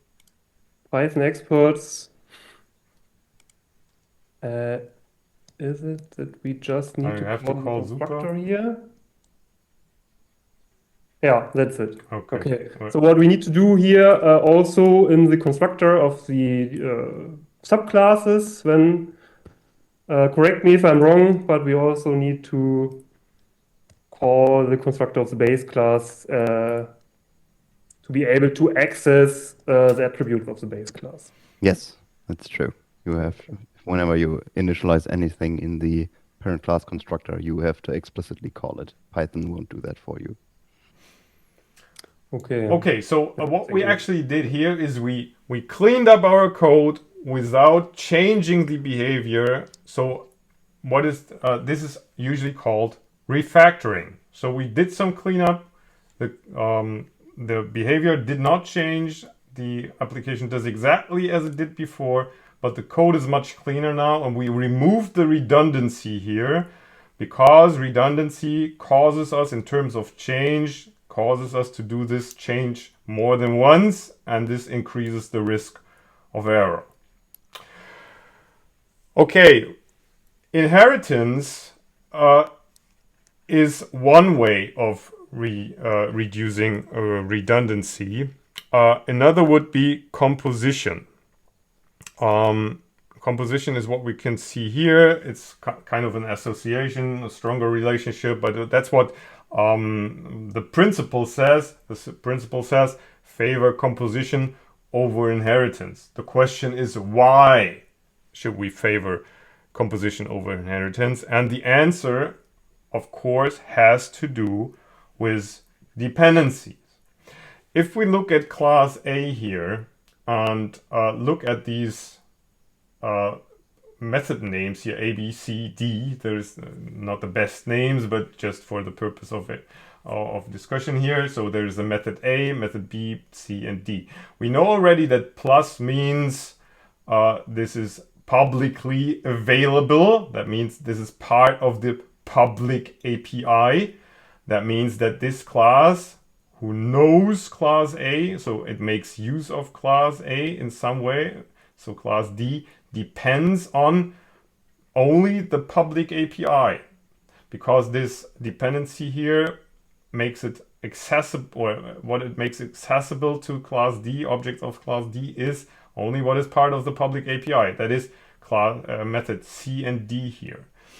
If we, on the other hand, derive class B from class A, what this method inherits is not only the functions C and D, but also the part that is protected, which is this hash sign indicating here.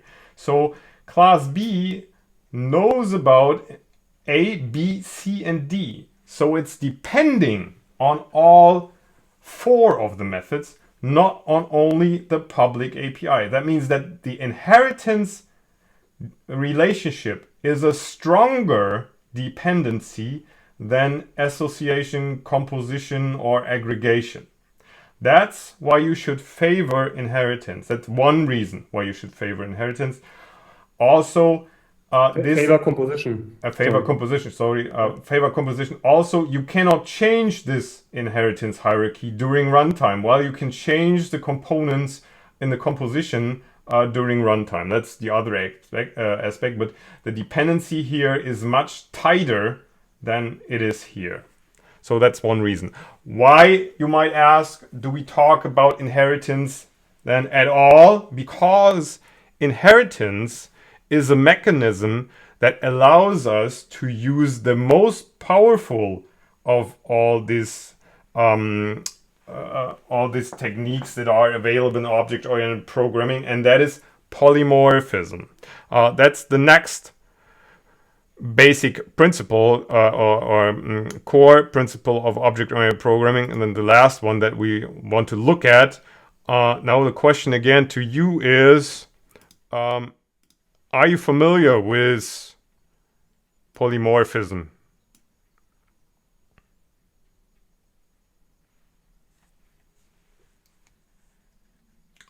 You use it all, or at least one, okay.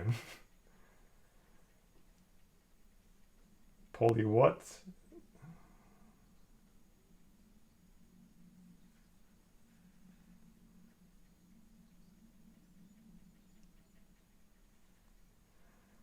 Okay, I think it's worth looking at.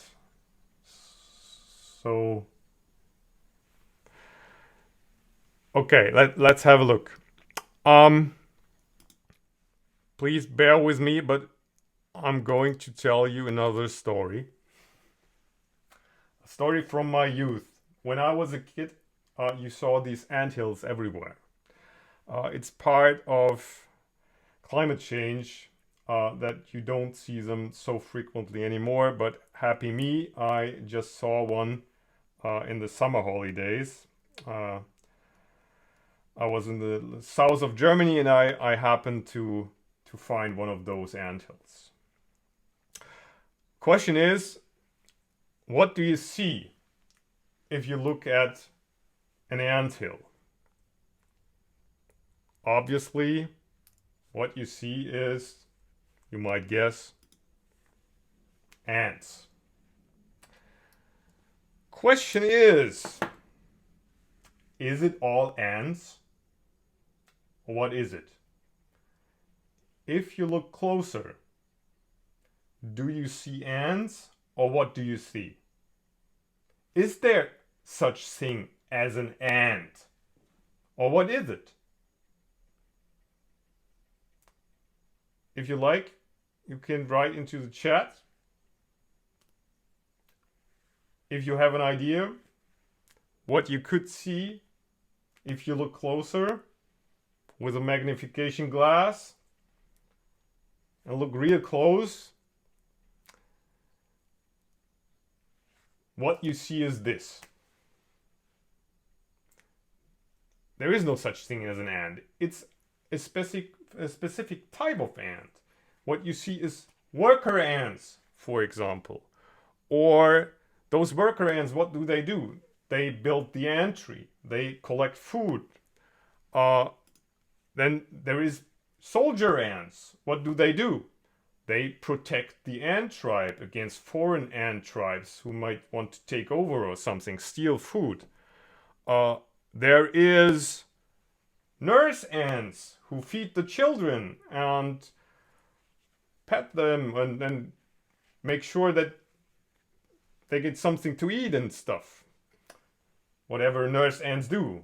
And of course, I missed one very important ant. That's the ant queen. The ant queen is really special. Because of what? Because she has to take all the responsibility. She's at the core of the ant tribe. She's the core unit. She keeps the ant tribe on going. If she wasn't there, nothing would happen. Oh, that's wrong. But yeah, still, she's the most important person. Now you might ask, a queen. Usually queens are really old. I know this by myself. Getting older means that you don't have so much power anymore. From time to time you feel really sleepy and all the energy is gone, but still you have the most important part in all this ant tribe. Question is, how does the queen, the ant queen, do this very important job? The answer is simple. She makes use of polymorphism. It's really a powerful tool. To explain it to you, I'll tell you a little bit more about a typical day of a life in an ant queen. She gets up in the morning. Then what she does is she stands in front of the mirror, dresses her hair, sets up this whitish hair stuff, does some makeup, and then she gets out of the balcony. And then all the other ants, they already are there, cheering up, "Oh, the ant queen, whoa!" And what the ant queen then does is she just gives out a message. Do your job. And then she closes the door, gets back in, and watches Netflix or anything. That's it. That's all she needs to do. Why is that so simple, you might ask? Because of polymorphism. Because the ant queen is blind for the specific types. All ants are equal in the sense of the ant queen. She's not aware of soldier ants, worker ants, nurse ants. For her, it's all ants. And she talks to every ant in the same way. She says, do your job. And every ant knows what to do. The soldier ants reacts to this do your job method and protects the ants tribe. The nurse ant reacts and feeds the children. And the worker ant builds the anthill. And it even gets better. The ant queen is also ready for what is also the most magic trick of nature. That is, nature is the same as human. Nature does mistakes. The ant queen is evolution ready. Imagine climate change goes on. And when these chromosomes replicated, when ants evolve, what happens is tiny little errors when replicating the chromosomes and the information. And usually when these errors happen, something bad turns out, which is not able to live. But from time to time, in 0.000000001% of these mistakes, something better occurs than before. And if you think of it, it might be possible that someday, using evolution, something like a skydiver ant might occur on Earth. For whatever reason, it is possible when climate change happens. But still, the ant queen will be able to work with a skydiver ant, which means a skydiver ant can be part of the ant tribe. As long as the skydiver ant understands the message, do your job. The ant queen does not need to change in any way, but still we can add new features. We can add new ants to the ant tribe without changing the rest of the ant tribe, the rest of the application, so to speak.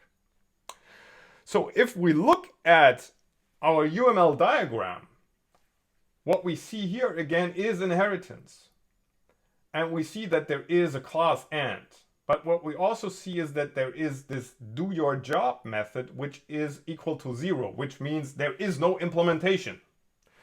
But if you want to be an ant, if you derive from ant, you have to implement these methods. And you have to provide an implementation for this method. And the ant queen, she makes sure that every ant implements this method. This is a contract for communication. The ant queen says only one thing. If you want to be part of this ant tribe, you must understand this message. This is part of this is the laws of nature, so to speak. This will never change. This is the rule. You have to implement this interface here. This will stick forever. As long as the ant queen is in place, there will always be this contract which enforces you to understand this message. This will never change. This is part of the non-volatile part of our application. We will come to this part really soon, but we will find out that we will have parts in our application that doesn't change, and we will have parts of our application that is allowed to change. And the queen is on this part which will never change. And if we don't change it, we don't break it. And if it worked once, it will work forever because we don't touch it. Okay? And this interface is part of this non-changeable part of our application, the non-volatile part. Now, you might argue this may sound a little bit childish, but I have another example. Consider a lamp. A lamp from IKEA, 1988, maybe, looks like. Could be any lamp. Could be the lamp from today, could be a lamp from 1960s. This is a timeless lamp. This lamp is proven for evolution. Why is that? Because it has implemented a contract for the communication between a lamp and a light bulb. This is according to some norm. Whatever light mechanism may work with the lamp, it needs to understand this message, this connection. And on the other hand side, you have this socket here. If any lamp implements this socket, it can work together with the lamp. When I was a child, we had these light bulbs. They were really energy consumptive. When I went to Braunschweig to study there, what came up were these energy saving light bulbs. It took an hour for them to fully glow up. So if you had this in your bathroom, it would always be a little bit dark because you don't have the time for them to glow up completely. But luckily, short after, we had this LED based light bulbs. And whatever light bulb might come in the future, this lamp is ready for evolution because of this contract. Now consider what might happen if someone had the idea to change this contract.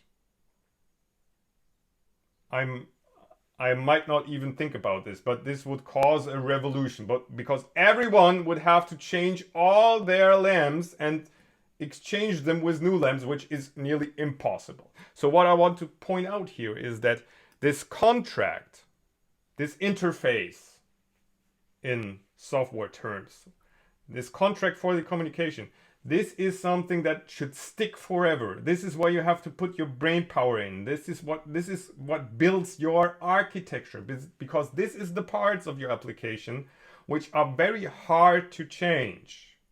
And Mark Fowler says, the important parts that are hard to change, this is your architecture. And this is the important parts, and this is also the parts which are hard to change, because everyone is depending on them. Every arrow that you see here is pointing towards the direction of this interface which forms the communication contract. The details are not important here, so you don't have to understand why is the name light up or whatever. That's not the important part here, that the return type is void or anything. But the important part is that this class, this interface, might be an interface in Java, might be an abstract base class in Python, might be an abstract class in C++, whatever. We all have this according structures in our programming language. But this is the part that must not change, and that's why it's so slim. There is no implementation here. There's only one method.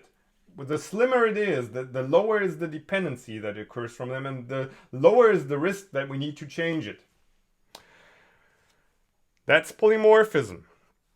And this might be the time for another break, another 10 minutes break, because afterwards, okay, we can have some questions if there are one, but then we have some break. But afterwards, we will then address design principles, which are based on these object-oriented techniques that we just covered.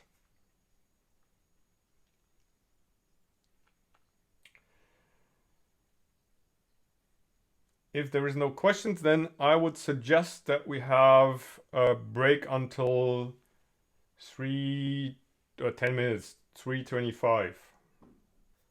Okay, welcome back. As I said, we will now look at a level above object-oriented programming, a little bit more concrete, so a little bit more specific according towards different solutions. And more specifically, we will look at the solid design principles. SOLID, as I said, is an acronym of acronyms, which stands for Single Responsibility Principle, Open Closed Principle, List of Substitution Principle, Interface Segregation Principle, and Dependency Inversion Principles. Those are guidelines, not rules, that we should follow, and Robert C. Martin, he collected those, put them together, and Michael Feathers reordered them and found out if you do this, then it spells the word solid, and that's why they are so popular, because of this solid acronym. There is others, but this is those that we want to focus on here today. Question to you once more, Paul, do you know the solid principles?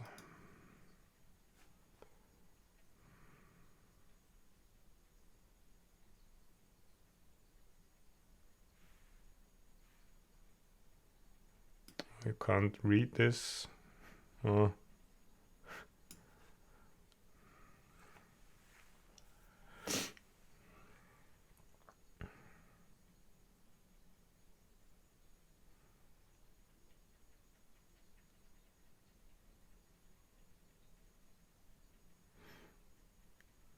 Okay, it looks like most of you haven't heard of the solid principles, so it's worth looking at. So let's get into it. The first one I'd like to look at is actually the open-close principle.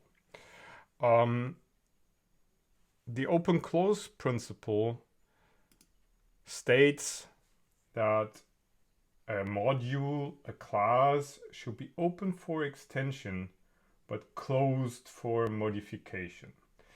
And that's a principle that was introduced by Bertrand Meyer in 1988 in the book Object-Oriented Software Construction. It changed a little bit in the meaning. Uncle Bob shaped it a little bit more according to polymorphism, but it fits really well here because it actually wants us to do what we just talked about. That we want to have a mechanism that enables us to change the behavior without actually changing existing code, but by adding new code. And the mechanism that we can use in order to achieve this is actually polymorphism, and it fits in really well because this is actually what we just look at with the AND example. If you remember, I just told you that the AND queen and the interface, they form a symbiosis, so to speak, but having this interface, this communication contract, allows us to add new AND subtypes, which means adding features, adding functionality without changing existing code. And what we will frequently do in our application development is we will separate parts in our application that change frequently from those parts that don't change frequently. We will have a part that forms the application core that we don't touch, and if we don't touch it, we don't break it. And then we have a part that is related to main. Main is the most concrete function. That is where we do all the nitty-gritty plugging in. We instantiate objects, we make them aware of each other, connect them, and make them able to talk to each other, do all this wiring up in the main function. And then we hand over to the abstract core, which only is based on these interfaces. And these interfaces form hooks that we can use to connect new parts, new functions, new classes to work together with the core without the need of the core to change. Let's jump into some code here. This is actually code that violates the open-close principle. But apart from this, let's just look briefly at what this code actually does. We have again a circle and we have a square, two shapes. Those are in one part of our application, the shapes.py file, and on the other hand side we have an application.py file. And in this application we have a draw function for the circle, which draws the circle. It gets the radius and draws the circle. And on the other hand side, we have a square, draw square function here that gets the length and then draws a square with a specific length. And we have this application class gets a list of shapes, and then the application draws all the shapes. And how it does this is it iterates over all shapes in the shape list. And if the shape actually is a circle, so it checks the type of this object, and if the type is a circle, then it calls the draw circle function. And if the type is actually a square, then it calls the draw square function.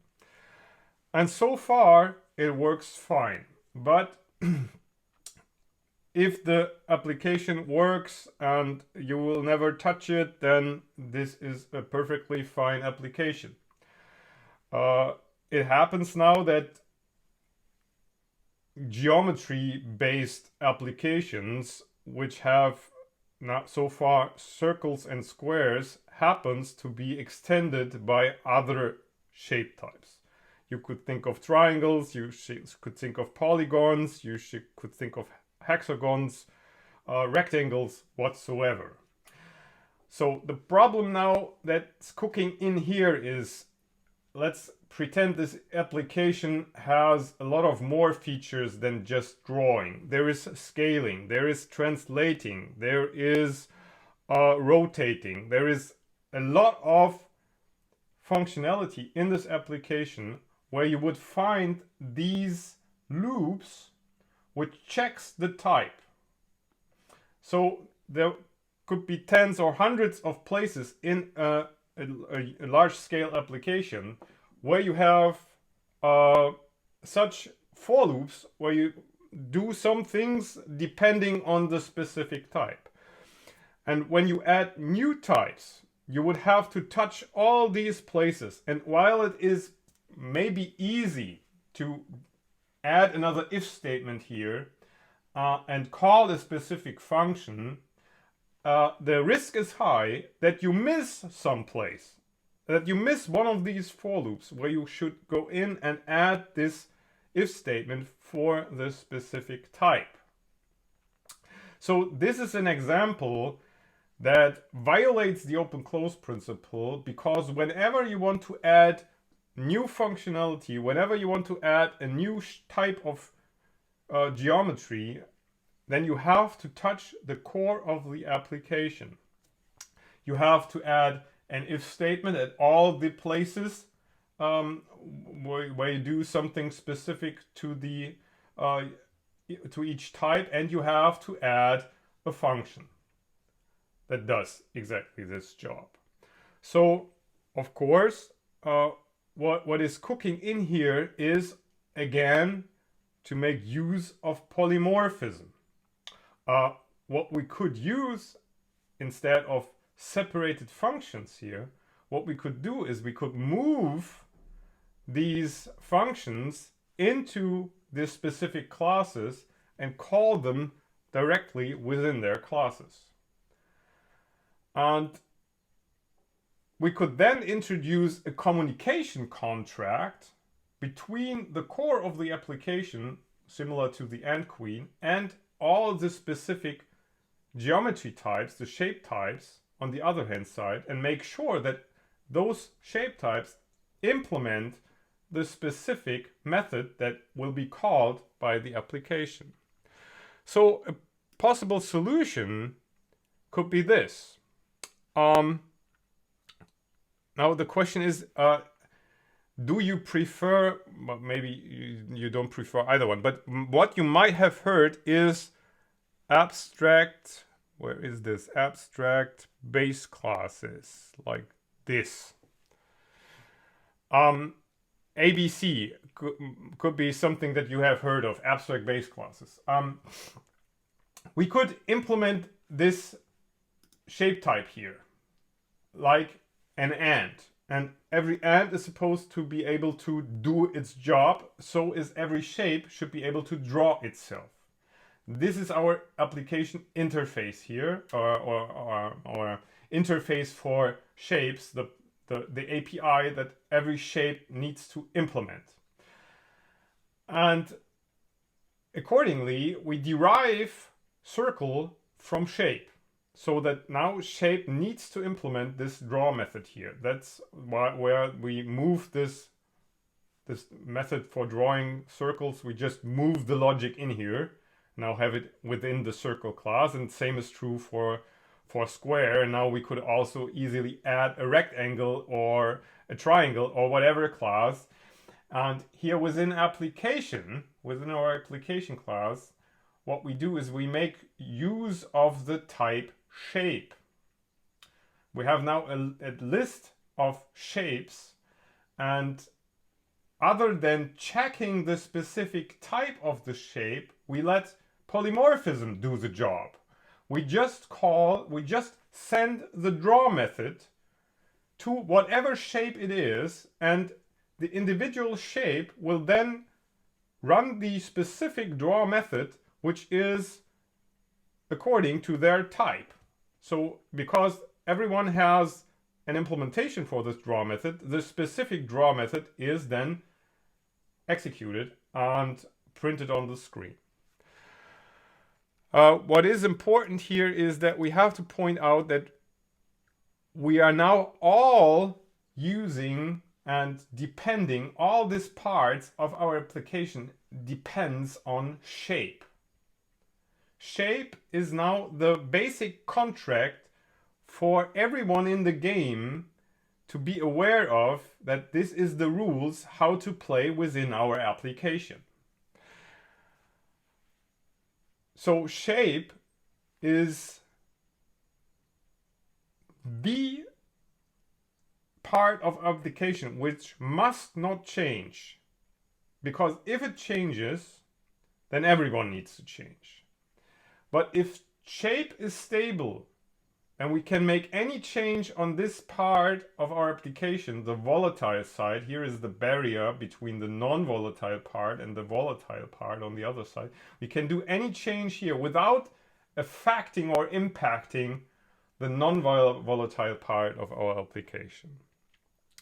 And if we look at our diagram, our UML diagram, this is the diagram we had before for our AND type, and this is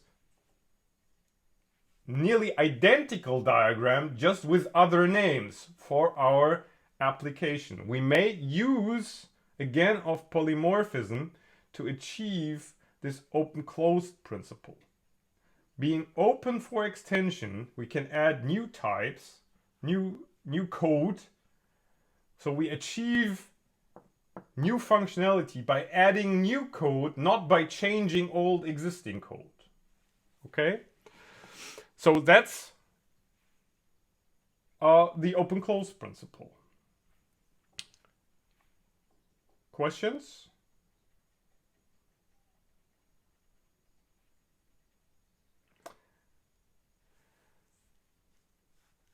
If that's not the case, then I'd like to come to another example, which is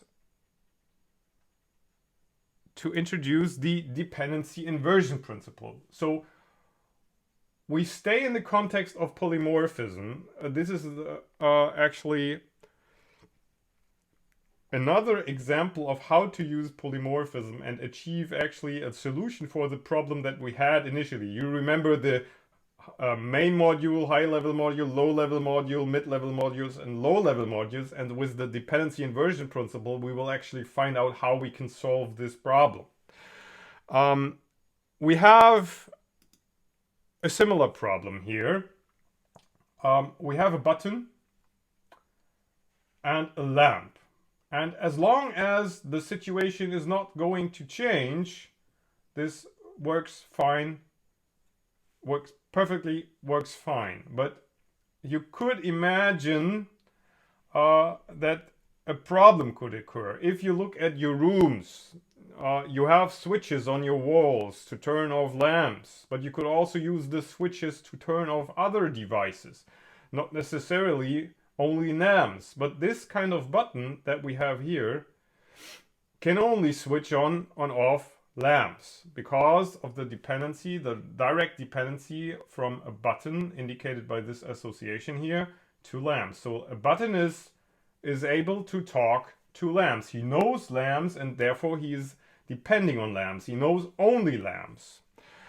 Now you might ask, what else could we trigger on and off with a button? For example, there could be a TV set that you could switch on and off with your button. So any device would be fine. But if you have to, if you introduce a TV set, maybe you bought something on Amazon, you have only one button so far, and you bought a new TV set on Amazon and you want this button now to use with your new TV set because you want to try it out. And this button is now supposed to use a TV set and you don't use it with the lamp anymore. You could switch over to the TV set. But anyway, the button needs to be able to understand how to talk to a TV set. So it needs to be able to understand.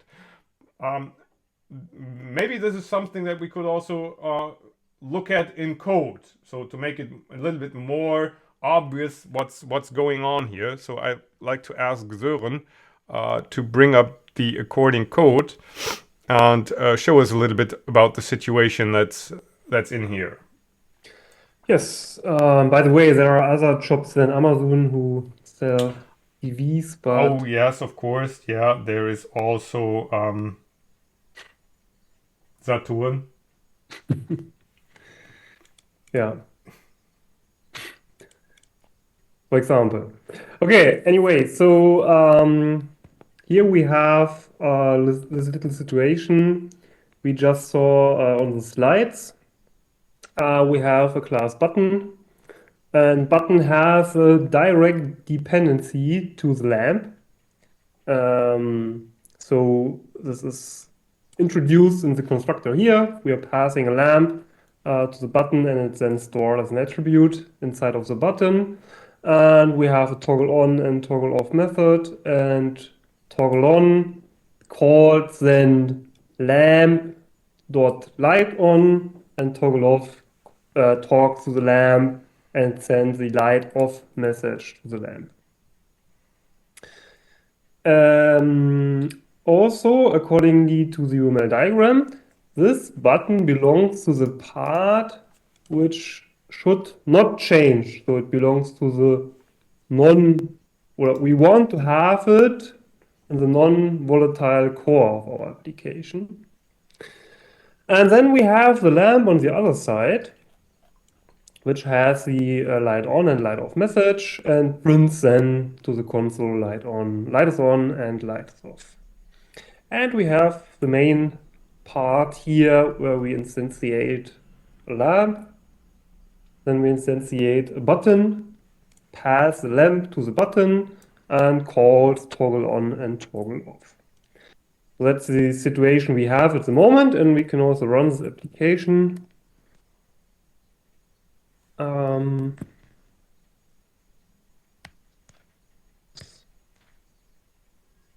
Like this. So, and it prints then light is on and light is off to the console.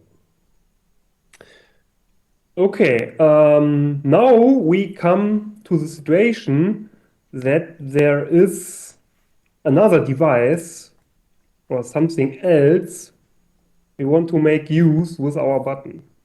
For example, we go to any shop and buy a TV.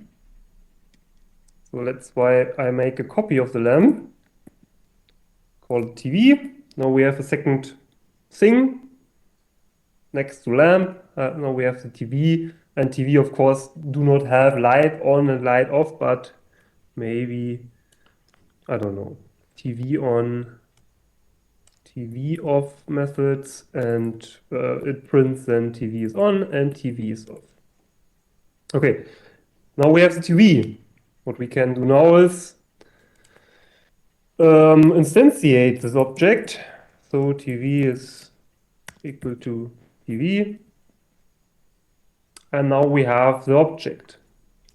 What we cannot do is pass the TV to the button, because the button only works with lamps. It only knows about lamps and the light on and the light off message. But we can make it work with TVs, don't we? I want to see the TV switched on. We just received it from any shop on the internet. And I want to see it working now. Make it work. Yeah, okay. So Please, Sören, make it work. What? yeah, why not? So let's Okay. change this. But you have to change the button, okay? Yeah, The we button- have. Okay. It's very ugly for us, Okay. because we said our button should not change. It belongs to our core. We want to have in our core. We don't want to change the button every time we buy something new in any shop on the internet. Probably. There's many shops on the internet. But for now, yes, we need to change our button So- to make it work. Basically, you need to change everything, right? Yes. You changed nearly everything. Okay. So a Change lot of everything. changes to do. Yeah. And now we can pass the TV to our button, and I can run the application, and it says TV is on and TV is off. Okay, TV works. Light is going, or sun is going down. It's getting dark in here. Now let's switch on the lamp again. Yeah. Okay. Now I have to change everything back. Okay. Yeah. If we want to Okay. switch on the lamp again, I have to change everything back. So So I think we are facing a problem here. there is somehow a problem cooking in here, and to name it, the problem is that what we call dependency inversion principle violation. The problem is that the button is directly depending on either the lamp or the TV set. A change in the lamp or a change of a lamp to another object would directly impact a button. If we would now change, we now use TVs, and now maybe we don't want to call the function TV on or TV off, but only switch on and off. This would also affect the button. The button can only switch on and off one other device at a time, and we cannot reuse the button. It can only be used with one object at a time. So the question now is, what can we do about this? And surprise, a solution could be found in polymorphism, isn't it? Yeah. Maybe. Maybe. Maybe. Yeah, of course. So we can Let's make use of polymorphism let's introduce a contract for communication between the button and other devices. So where would we place it? Would we place it in the volatile part, or would we place it in the non-volatile part, this communication contract? Is there a reason class button has no brackets? I already saw this question. The question is if there's a reason why we have these brackets here, or not have it here at the bottom, but at the lamp and at the TV, but there is No, we don't. actually there is no reason. So if they are empty, it says nothing as far as I know, but we need the brackets in order to introduce inheritance. Yeah. So Sören, maybe if no one wants to answer on this question, maybe you can answer. What do you think? Where would you place this, some kind of contract? I would place it next to the button. Mm-hmm. So because I learned, or if I remember correct, you said that the contract should not change. If there's one stable thing in our application, it should be the contract or the interface. And as we have two parts here, one is the part which is non-volatile and one which is more volatile, then I would place it next to the button. Okay, so let's create a class that serves as the interface. So maybe we can make an abstract base class out of it, or anything, or maybe even not necessary. I don't know. Or protocol, what do you prefer? Let's make it a protocol. So in Python, there is, or things have changed in the past. So in the past, there was we had the option to make a class as an abstract base class. ABC was an acronym for an abstract base class, and we were able to derive our interface class from ABC. Nowadays, we make use of protocol. Protocol was introduced with Python, I don't know, 3.5 or something like this. So it's Pretty new, yes. pretty new. So you might ask yourself why we are using those things anyway. So you could just neglect all of these you could neglect protocols, or you could neglect abstract base classes. Python is a dynamically typed language. As long as the methods are actually implemented, you don't have to have this formal interface, this formal contract, but we like to make this more obvious, that and point this out, that these classes needs to implement these interface in order to work together with the rest of the application. So it's very explicit. Where you could have this interface being implicit by just relying on dynamic typing of Python. We can show you right afterwards that you can get rid of this protocol stuff, and still the application works because of this dynamic nature of Python. But when you make use of the protocols or abstract base classes, you can also make use of type hinting, which then helps you during development time to find bugs, and not finding those bugs during runtime, but during development time. That's the reason why we make use of protocols and abstract base classes here. Just for those who are interested, abstract base classes introduce static typing. That means that we check for the type when we do use type hinting, or also the execution when we execute the application. When we use a protocol, we make use of static duck typing. That means that we are not checking for the type of the object is correct, but if the actually method is implemented. Just as a detail here. But maybe we can show you the difference between those two this types. serves good as an example. So we just use protocols here for the moment. So Yes. why did you choose the name button server, Sören? Why is it called button server? Why is it not called lamp or TV or whatever? Yeah, it's something which the button can talk to. That's why I choose the name button server. It could also be, or I can imagine some other names like device, for instance. What I especially like about the name is that button server picks up the name button, which shows that there's a strong relationship to the button. So the button server protocol belongs more to the button than to the devices, right? So Yeah. it's part of the button, so to speak. The button hands out a communication contract, and anyone who wants to deal or work together with a button needs to implement this protocol. Yeah. Okay, and the next step would be that we add two methods, which then serves as this contract, and one is switch on, and the other one is switch off. And and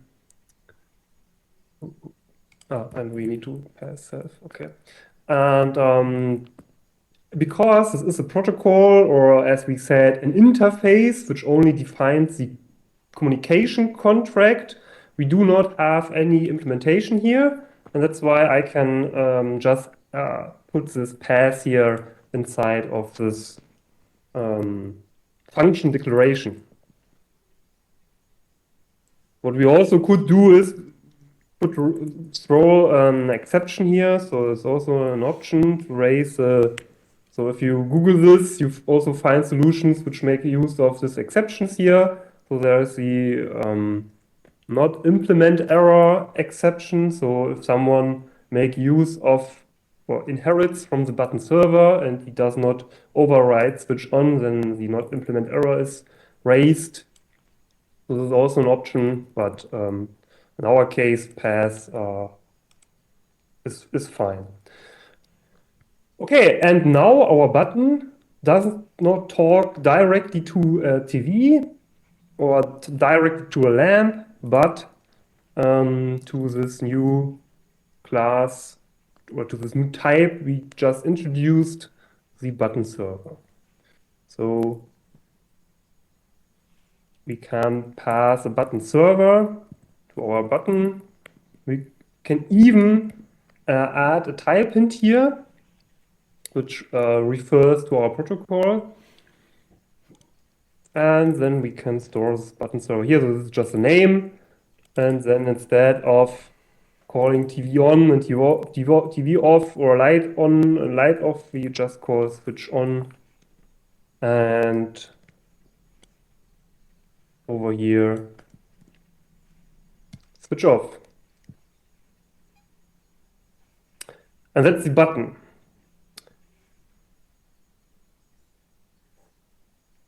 Now you can get an error here in this line. In which line? And when we pass our, what we can do, of course, is we can instantiate lamp and TV. So this is fine here. But in the line 55 here, we get the error that TV is incompatible with protocol button server. So now the duck type checking comes into the play. We are passing something, in this case it's the TV, to the button as a button server. And inside of this class, the static type checking checks if switch on and switch off is implemented in these classes, which is not in our case because the name of those methods here are still light on and light off and TV on and TV off. So that's why we now need to adjust our devices, the TV and the lamp, to this protocol. Yes, if you just change the name, it should work.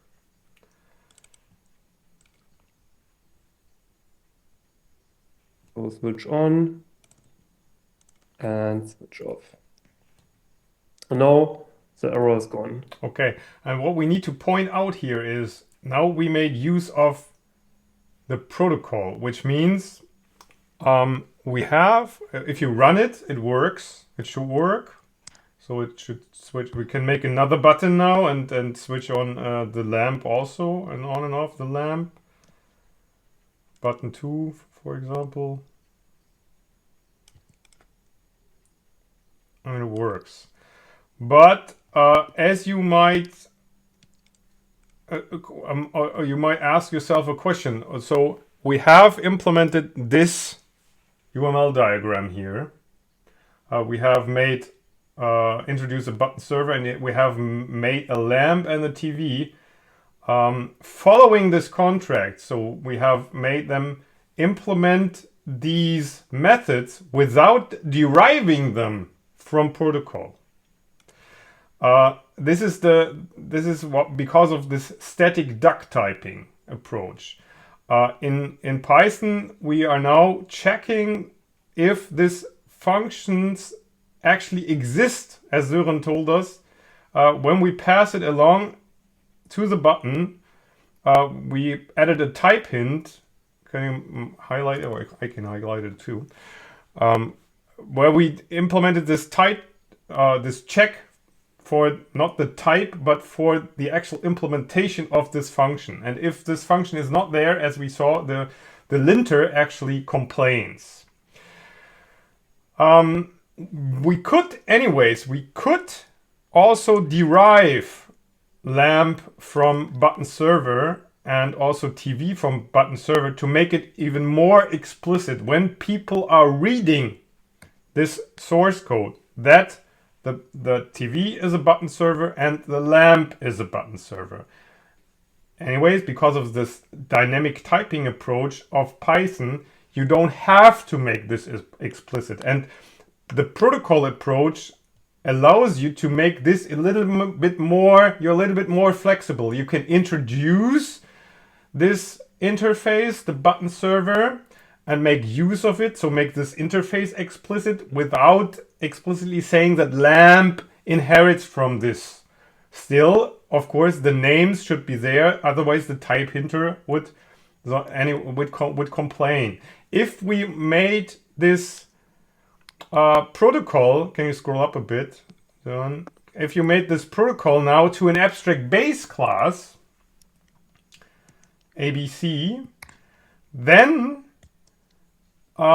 in line 21, where we have this type hint, where we check for button server, now the linter does not check if the method is actually implemented, but it checks if the type is correct.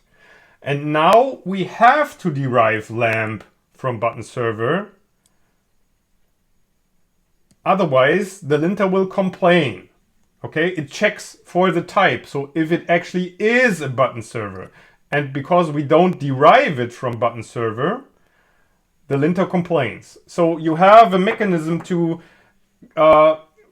refine this according to your needs. So this is a mechanism to add some type checking incrementally. You don't have to go all in and either use abstract base classes and then derive everything and make sure that everything actually is according to what we know from C++, Java, where we have strong typing. But with protocols, you can use it a little bit more fine-grained, okay?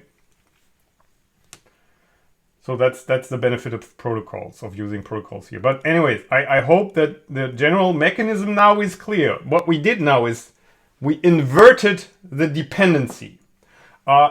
If we look at, I make this a little bit larger actually here so that we can see how we inverted the dependency. Here, the dependency is violated, or the direction of the dependency or dependency inversion principle is violated. We want to have this button, and this button should be non-volatile, stable. So whenever a change occurs, the button should not be forced to change, but that's not the case. This part here is where we do frequent changes. We buy new devices on the internet at any shop. There is many more than just this one store. And as there is so many stores, we can buy many devices that we want to switch on and off. But the button, the direction of the arrow points from the button to the lamp. It points from this, it crosses the boundary of this boundary between non-volatile and volatile part, and it points in the wrong direction. It points from non-volatile to volatile. what we did is we inverted these dependencies, these directions of these dependencies. We inverted those. And the mechanism we used is we introduced an interface which is part of the button, which belongs to the non-volatile part. So the dependency from button to this interface is not a problem because this interface is stable. It will not change. So this direction of this dependency here is not a problem at all. The direction of those lamp and TV are now upwards from the volatile part to the non-volatile part. So this direction is okay because now the volatile part is depending on the non-volatile part. So there is no change in the non-volatile part, so the lamp will not be forced to change because the interface, the contract, is stable. But we introduced a lot more of complexity here. This is where we started. And now we made use of dependency inversion principle. We introduced an abstraction to invert this dependency. And this introduced a new interface, and this introduced complexity. There is more complexity in here than in this example here. There's only 2 classes. Here it's 4 classes. There is more complexity in here, but we have some benefit from this inversion because now we don't have to touch button anymore when a change occurs. So we have some benefit, and this is not needless complexity. We could have introduced this although there is no change at all. If there is no other device going to come, as long as there is no other device, as long as there is only the lamp and the button, as long as we have this situation and we have not the money to buy any new device, there is no new device at the horizon, no need to add complexity here, no need to add dependency inversion principle. As long as there is no change, we are fine with this solution. When the change happens, when there is a new device and we get a new device, then we need to touch the button, and then we see, okay, we have to touch more than just the lamp and introduce a new code for TV. We have to touch the button, and there is new devices on the horizon. Every time we will get new devices, we will have to touch the button. Then we make our software architecture resilient to these changes. So we will have to introduce a mechanism now to decouple the button from all the devices. And then is the time when the change happens, when we get new devices. Then we introduce a dependency inversion principle here and make use of this interface to invert the dependency to actually get some benefit out of this additional complexity here. And now I'd like to go back to our initial example. You remember these modules where we had this main module, high-level module, mid-level module, and the low-level modules. And we can now introduce this interface here, the mid-level 4 server, whatever that means, and implement and derive the low-level module from the server. The server interface now is stable, and when now changes happen to the low-level module internally, as long as those changes don't affect the interface, as long as this server is stable, we don't affect all the other modules. So we can change this behavior in there, make any changes without affecting the mid-level modules, and even without the need of recompiling everything else, because we don't touch the header where the in C++, for example, where the ML4 server is defined. If we don't touch it, no need to change, no need to rebuild everything. Low-level 8 implementation can change, can be rebuilt, can be deployed individually without the need of touching all the rest of our hierarchy here. So that's dependency inversion. That's dependency inversion. We have some time left. Questions?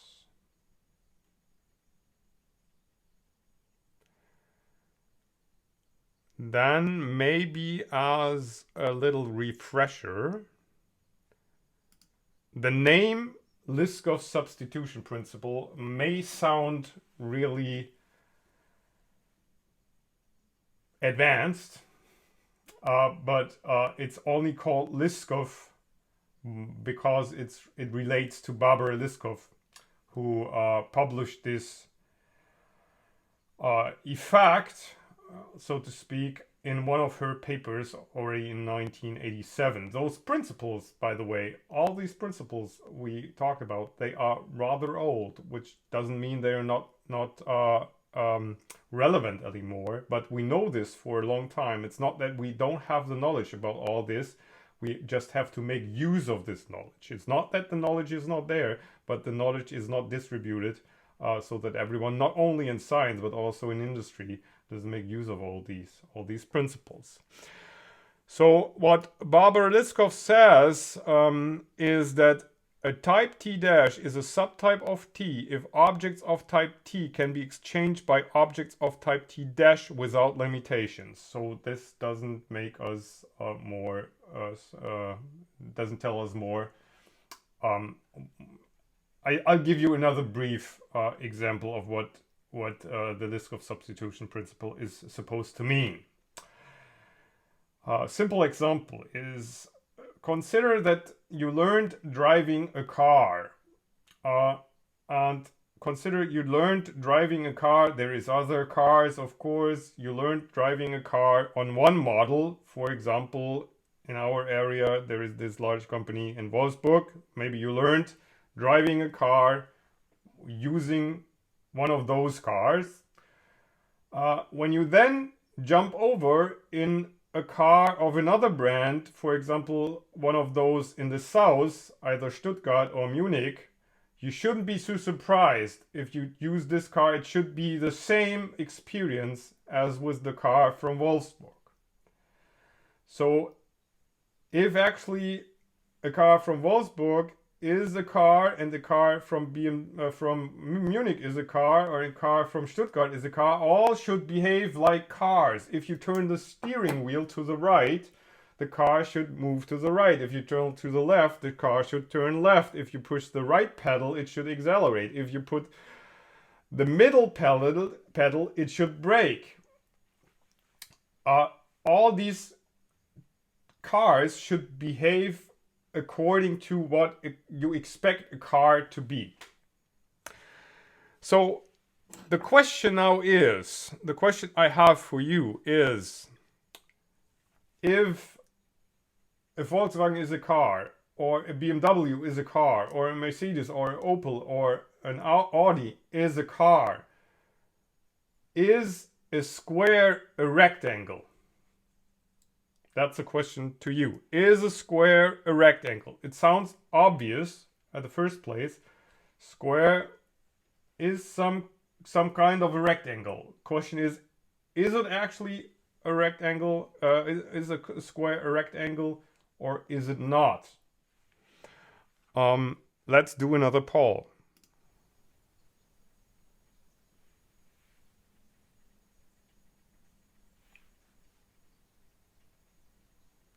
What do you think? Is a square a rectangle?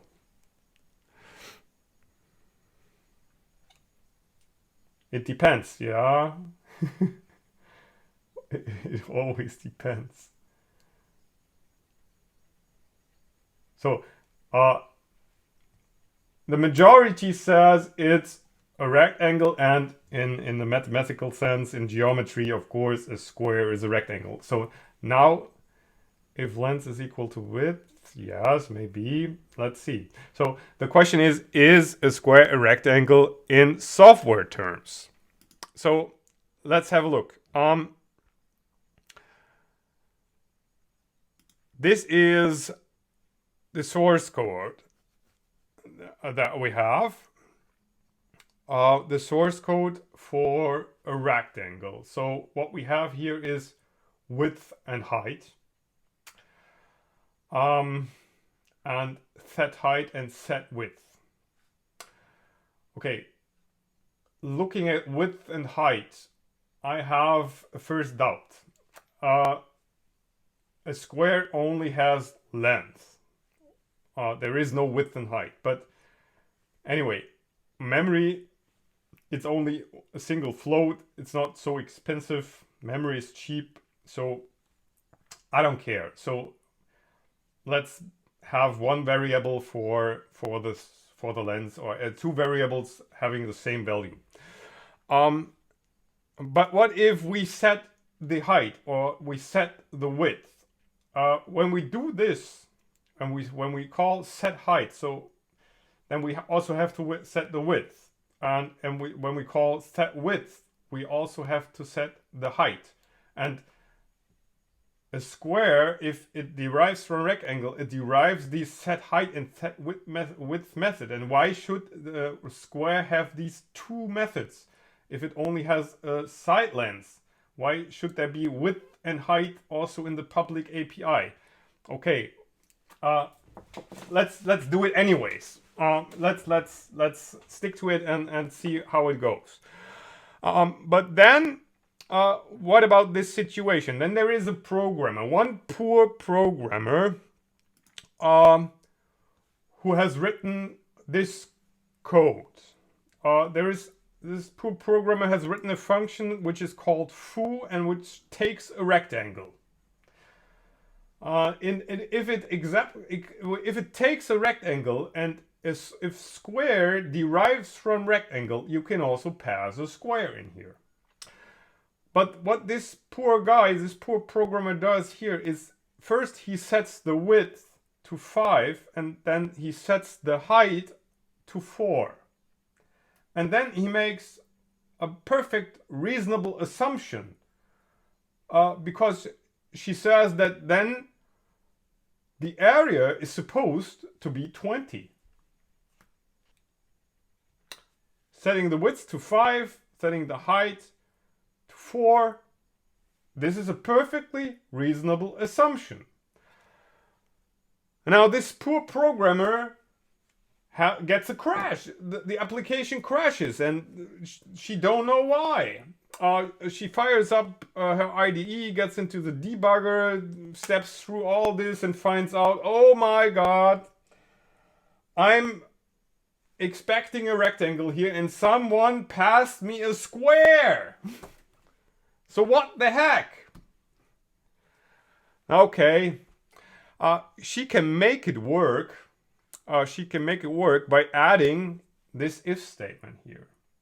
She adds an if statement which says if I set the width to 4 and the height, the width to 5 and the height to 4, and the area is not 20, and the actual object R, this is the object that we get passed, is a square, or is not a square, then actually it's a bad area. It makes it much more complicated here. And what's even worse is that by mentioning the word square, we are violating now the open-close principle. We mentioned a subtype of rectangle, but we only wanted to depend on rectangles here. So we introduced a new type, and now we are depending on a subtype of rectangle, which violates the open-close principle. Whenever the square changes, all this code is affected or impacted, and that's not what we want. So actually, this is not a good solution from two perspectives. Actually, a square is not a rectangle because, as I said, you shouldn't read the inheritance relationship as is a. It's more like behaves like. The is a relationship moved into the software development community from AI guys in the early days when AI and machine learning was invented, but the machines were not powerful enough to actually do it. And then the AI people moved into software development and waited there until AI became more available, but they brought this with them. They had these categories and had this is a relationship and thought this would fit real well here, but actually it doesn't. It's more a behaves like relationship. And if you read it like behaves like, does a square behave like a rectangle? No, it doesn't. It does not behave like a rectangle. If you set the height and if you set the width, it doesn't say anything about the length of the square. So a square is not a rectangle. If there is some common behavior, then it might be that a square and a rectangle, they are both shapes. They behave like shapes, but a square is a rectangle in geometry, is not a rectangle in software. That's Liskov substitution principle. We have this relationship also in reality. We have this problem more than just this. But remember when we talked about our inheritance hierarchy here in order to remove redundancy. In reality, you could also think of birds. There is no such thing like a general bird, but birds, what makes birds? Birds can usually fly. In reality, a duck is a bird. In reality, a nightingale is a bird. And in reality, an ostrich is a bird. Although a bird is supposed to fly, but an ostrich cannot fly. So here we have also this problem that in reality, it makes perfect sense to say an ostrich is a bird, but in software, an ostrich is not a bird because an ostrich cannot fly and it violates the Liskov substitution. This would violate the Liskov substitution principle. It's very tempting to introduce these hierarchies, these inheritance hierarchies, from what we know in reality into software. But it's not so favorable to introduce inheritance hierarchies just to reduce redundancy. To reduce redundancy, you should favor composition or aggregation or association, something else than inheritance. You should use inheritance only to enable polymorphism. And we talked about polymorphism a lot of times nowadays. So not for redundancy purposes, only for polymorphism is inheritance a good mechanism. It turns out, we learned this over a long time, people are using this for inheritance for redundancy, for removing redundancy, but it's not the best way because in the end it turns out that you create hierarchies like this one and then you find out, oh, it doesn't work so well. That's really common that you end up with hierarchies that you then want to extend and find out that Liskov substitution is somehow violated here and it feels not right. Also, in reality, it makes perfect sense here, but from the software perspective, it's kind of wrong. It feels kind of wrong and you shouldn't do this then. Okay. I think we have time for a last one. Should we look at single responsibility principles? Do you think we have? Yeah, I think it's. We have a time. I don't know if you want to have a short break or not, or I think I don't know. we should do this now real quick, Okay. and then I think we should also we can Call it a day. call it a day. Yes. Yeah. Okay. Okay. Sure. So, single responsibility principle. Single responsibility principle has to do with cohesion. We talked about these metrics, dependencies, and cohesion. We want to have high cohesion and low coupling. And the single responsibility principle says that each class, each module, each function should have only one responsibility. Question now is, what is a responsibility? If we look at from the perspective of cohesion, when we have a module or a class that is very cohesive, it means that it integrates functions, data that is circled around a single aspect. If you have a class or a function or a module that includes more than a single aspect and deals with more than a single aspect, then this can become a problem. The problem occurs then when you look from the outside of the object and you look at all these depending classes which might be interested in the functionality of this class, but they might be interested in only one of these two aspects that are included in this module. And then if this module changes, because one aspect changes, then all the depending classes are affected by this change. That means that Uncle Bob says that if you boil this down, you end up with each class, each module, each function should only have one reason to change. If it has more reasons to change, then this principle is violated. And we will look at this in code now to make this a little bit more clearer. This has to do with dependencies and the effect of the dependencies, and this principle has to do with reuse. If one module has more than one responsibility, it's hard to reuse. If you want to, for example, if we have this module that includes printing plus database access, and you want to reuse printing, and it's in one module, then you have to take this one module because you want to use printing, and what you get is printing plus database, but database you don't actually need.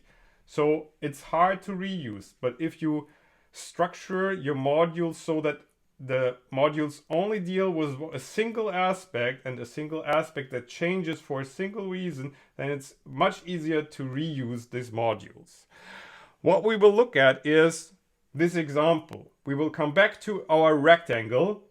We used circles, now we use one of our rectangles, and we make use of this rectangle in two separate applications. We reuse. Rectangle is so general, a rectangle can be useful in many applications. We have two applications, one graphic application which has a graphical user interface, and we have a geometry application which is more interested in doing this math stuff, calculating area, perimeter, but it runs in the terminal, has no graphical output. But we reuse the rectangle in both cases. But then comes the problem. So I hand over to Sören, who shows us the code and introduces us to this application structure, and then we will see what the actual problem is that occurs. All right, so we have here our rectangle again. So according to the UML diagram, a rectangle has the width and the height. Then we have the area method, parameter, and the string method to print the object. And there's a draw method. The draw method now is a little bit different. We had, or in our implementation before, we just printed the rectangle. So what we had before was something like this, print self. But now we are actually trying to draw something to the console. So that's why we are printing now this asterisk with this for loop to the console, and then our rectangle should be drawn in a nicer way on the console. So that's the rectangle, and the rectangle is used in two different applications. So the first one is the geometry app here. The geometry app has the run method, and it prints something to the console. Okay, prints that it is a geometry app. Okay, it then creates a rectangle with some sizes, and it then prints the area and the perimeter also to the console. So our geometry app, this is an artificial example, but you can imagine this geometry app make uses of the area and the parameter, or some attributes of our rectangle, and does something with it. That's the geometry app. And the GUI app our graphical user interface application is similar. It also prints something to the console, creates a rectangle, and calls then draw. And the rectangle is then able to draw itself to the console. So that are our two different kind of applications, which both make use of the rectangle. And that's also what you can see in the UML diagram, the geometry application and the graphic application. So by the way, maybe graphical, we should stick to the naming scheme. So this one should be graphical application. So the graphic application has the dependency pointing to the rectangle, and the same is true for the geometry application, which also has a dependency to the rectangle by instantiating the object and calling it methods. Now, of course, I have to adopt the main function here, geometry application and graphic application. Yeah, and in the main function or in the main part, we are just instantiating now our application and call run. So once for the geometry application and once for the graphical application. So now let's run the code. And first of all, it prints geometry app, which is this output we saw here in geometry application, and it then prints the information about the rectangle to the console, that it has an area and some parameter. And afterwards, we get this nice output from our graphical application. All right. So far, so good. We have two applications which make use of the rectangle. Now something changes in our code. A requirement changed. As we have learned, code always changed, and that's why we also have a change here. We want to draw our rectangle also not with those white asterisks, but also with the color in a colored manner. We also want some color output for our graphical application. So this is the new requirement we got. How do we do this? We have to introduce, or we need to make changes in our rectangle, because we have this draw method over here, and now we need to make some changes in order to produce a more colorful output. And in order to do this, I have to copy something here at the top to our file.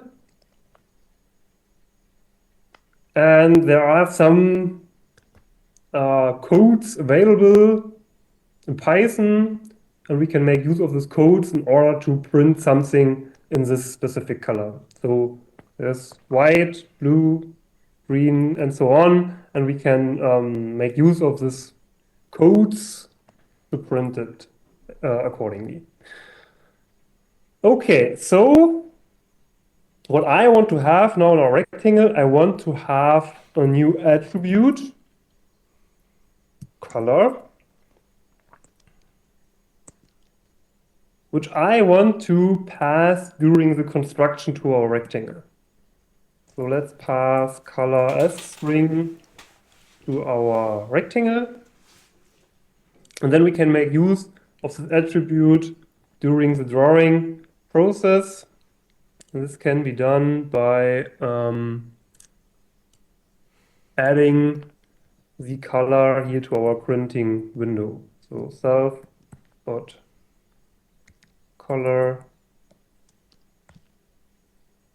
plus and then our output. And color now needs to be some of these strings over here. Okay, with this little trick, we are now able to pass a string to our rectangle, and the string is then used in order to print in this specific color. Now, we can see in our graphical application that we get an error message here. The argument missing for parameter color. Of course, in our graphical application, we want to make use of this new color. So I can now create this color variable here, and color could be, for example, yellow. And then we can pass color along to the constructor. This is fine. This works for us, and this should be it. We only want to draw the rectangle. But there's now another problem, because we made changes in our rectangle only here in the drawing method, but we also need to make changes in the geometry application. The geometry application is not interested in drawing something in yellow at all, but we need to make some changes here. We need to also pass a color. It could be white or it could be anything, it could be red. Also to this rectangle here, although this attribute is not used in the context of the geometry application. And now if I run the code, we can see that these changes are working and that we have now the yellow rectangle printed to the console. This works, but maybe you can see the problem here. You can see a problem here. We wanted to have the colorful output for our graphical application. That's why we made a change in the rectangle in draw. But now the geometry application also need to adjust to this change, although it is not interested in drawing something in yellow. And although I pass red to the geometry application, this is not used. So you can see the color red is not used in the output window. It's printed in white as before. And that's why, or the reason why we have this situation or this problem here is that we violated the single responsibility principle. Our rectangle has two responsibilities. It has two reasons to change. It has two clients which depends on it. One reason is calculating area and so on. And the other reason to change, the other responsibility is drawing itself to the console. So that's the problem. But of course, we can think about a solution for this problem. And the solution is that we extract some parts from rectangle into a new class.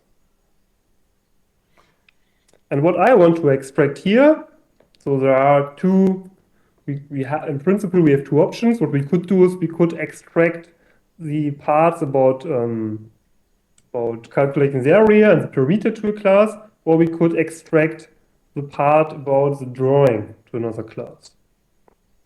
And that's what I want to do. So I will create a new class here and call it, for example, graphical rectangle.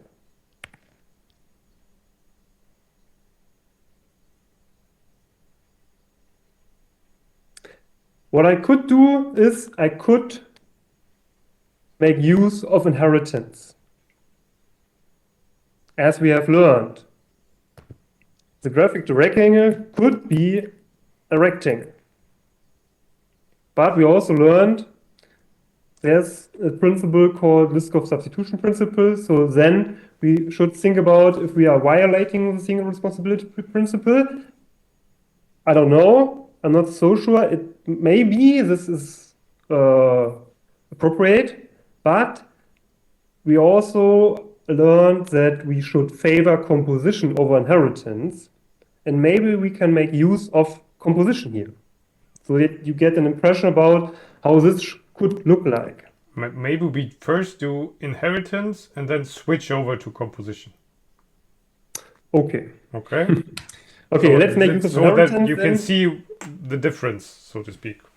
Yeah. Well, Okay, if we make use of inheritance, then I need to add a constructor here, of course. So let's add the init method.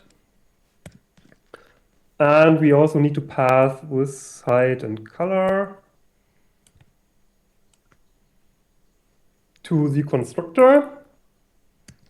And then we need to call the constructor of the base class and forward the width, the height, and only the width and the height to the base class. I'm not sure if I'm doing this correct. you can get rid of the underscores when calling init. Maybe some of the Python experts can jump in. Ah, there's one. With the brackets. Okay. Okay, great. So that's how we can call the constructor of the base class, and then we can add the color attribute here to our graphical rectangle. Okay, there's still a problem. Maybe it's only. Okay, the problem now is that we need to pass color also to the constructor of the base class, to the rectangle. As we can see here, the rectangle expects 3 attributes, and we need to pass those 3 attributes also here to the constructor of the base class. But of course, we want to get rid of the color here in the rectangle. So I just remove this line over there. And then this should... The color so from the list. This one over there. And then we have it. Okay, and of course, we also move the draw method to the graphical rig. And now we can get rid of creating some color in our geometry application, because geometry application still depends on rectangle, but rectangle now doesn't have any dependency to some color or some drawing mechanism. So there are no changes anymore in our geometry application. In the graphical application, we now need to create this graphical rectangle. So instead of creating a rectangle, we just create a graphical rectangle, and now everything should work as before. So I run the program, and it runs.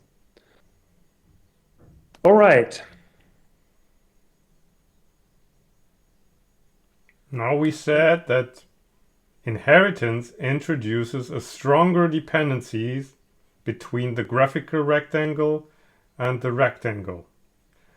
And of course you have the choice, but if you have the choice, why not go with the lesser dependency? So instead of using inheritance here, make use of composition, as the principle says, or just introduce an association here.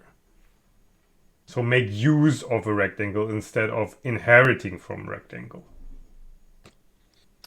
Okay, let's do this. So instead of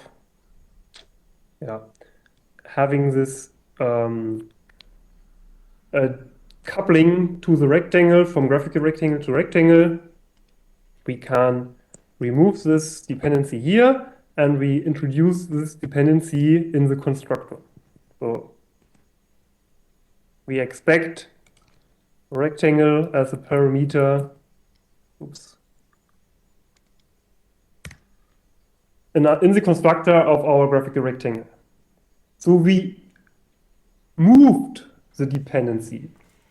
Before we had the dependency here, as our graphical rectangle derives from rectangle. Now we moved the dependency to the constructor. It's still a dependency from graphical rectangle to rectangle, but it's slightly less coupled. So I just brought up the UML diagram of what we want to achieve in the end. So that is what we want to have. Decouple it. Okay, and now the graphical rectangle can add the rectangle as an attribute and needs to make use of it in the draw method. So instead of calling directly or getting directly the height and the width and the color, or by the way, we still need to pass the color here to the graphical rectangle.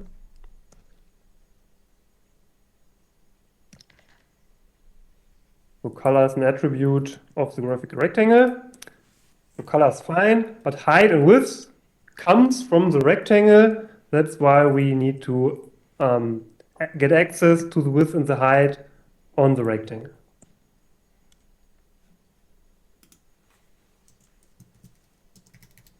Color is a string, yes. And now geometry application still does not need to change, but in the graphic application, we now need to create the rectangle first and then pass it to the graphical rectangle. So here we need to create a rectangle. And then we pass it together with the color to our graphical rectangle. So that's a G rectangle here. And then we can call a draw on our G rectangle. And if I run the program, maybe we can change the color here. Instead of printing it in yellow, I want to print it now in blue.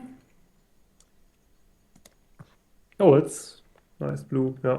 But it's still, program still works as before.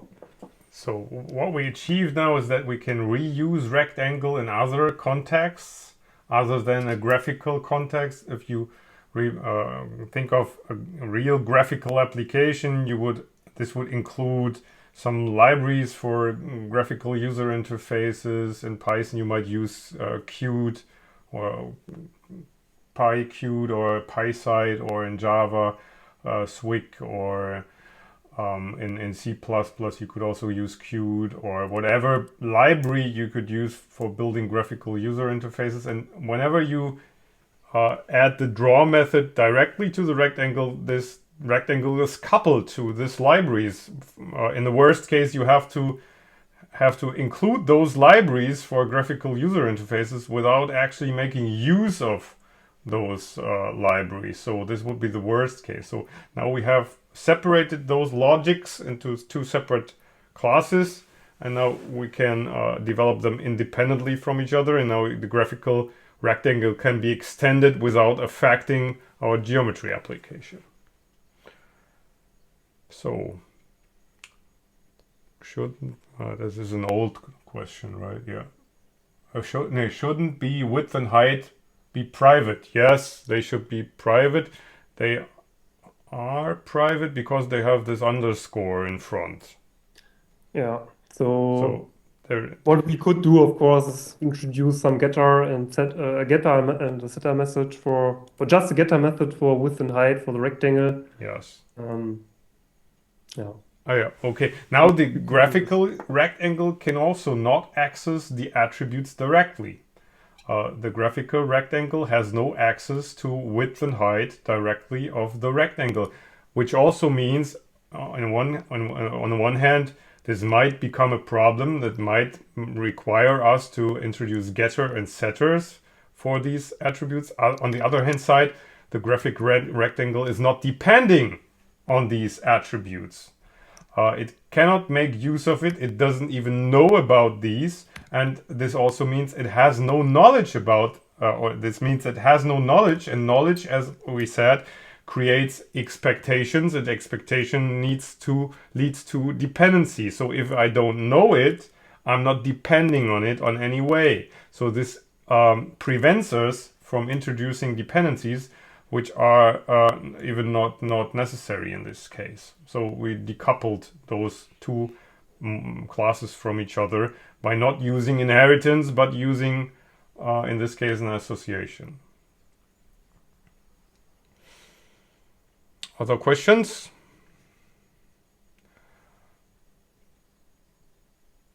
If that's not the case, then I would think we didn't touch the interface segregation principle, but the interface segregation principle is not so important in the case of Python, so that's not that much of a big deal. What I'd like to mention here is, of course, our next workshop, which is in November 7th. And in this workshop, we will become or get more practical, like at the end now, where we do live coding, but not only live coding with Sören and me and Sven, but also making this available to you and work together with you in this environment in Visual Studio Code. You can do this in the browser, but I think it's more complicated to do it in the browser because then you have to only have guest rights and can only see. But if you install Visual Studio on your machine and install the live coding package, which is available in the extensions, and if you go to live share, it's called live share, you can find this extension here and then install this, and then next time you can work together with us. Hopefully you also do this because this is then becoming much more fun when we can apply these principles. Of course, we will guide you through this and we will do this together, but it's not only Sören, Sven and me, but hopefully then also you adding some code here and developing an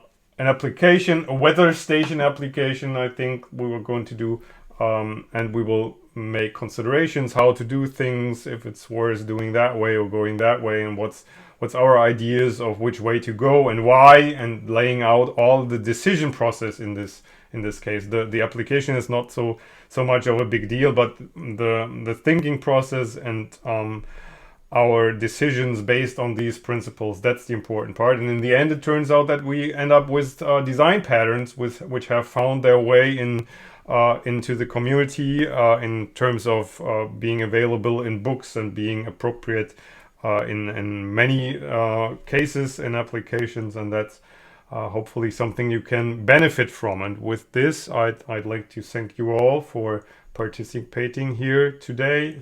Especially like to thank Sören for supporting me here, and also Sven for being in the background and helping us out when things get a little bit clumsy with Python. Python is not our first language, so we always have to get back into it. But as you see, it's not a matter of the language. It applies to any language, any object-oriented language. The concepts are all the same. They didn't change since a long time, so we can learn a lot from those quote-unquote old people who have made a lot of experiences, and we only have to make use of it to increase the flexibility of our applications. Hopefully you got something from this workshop, and the most important statement I jump back to is that it's your responsibility to design for change by managing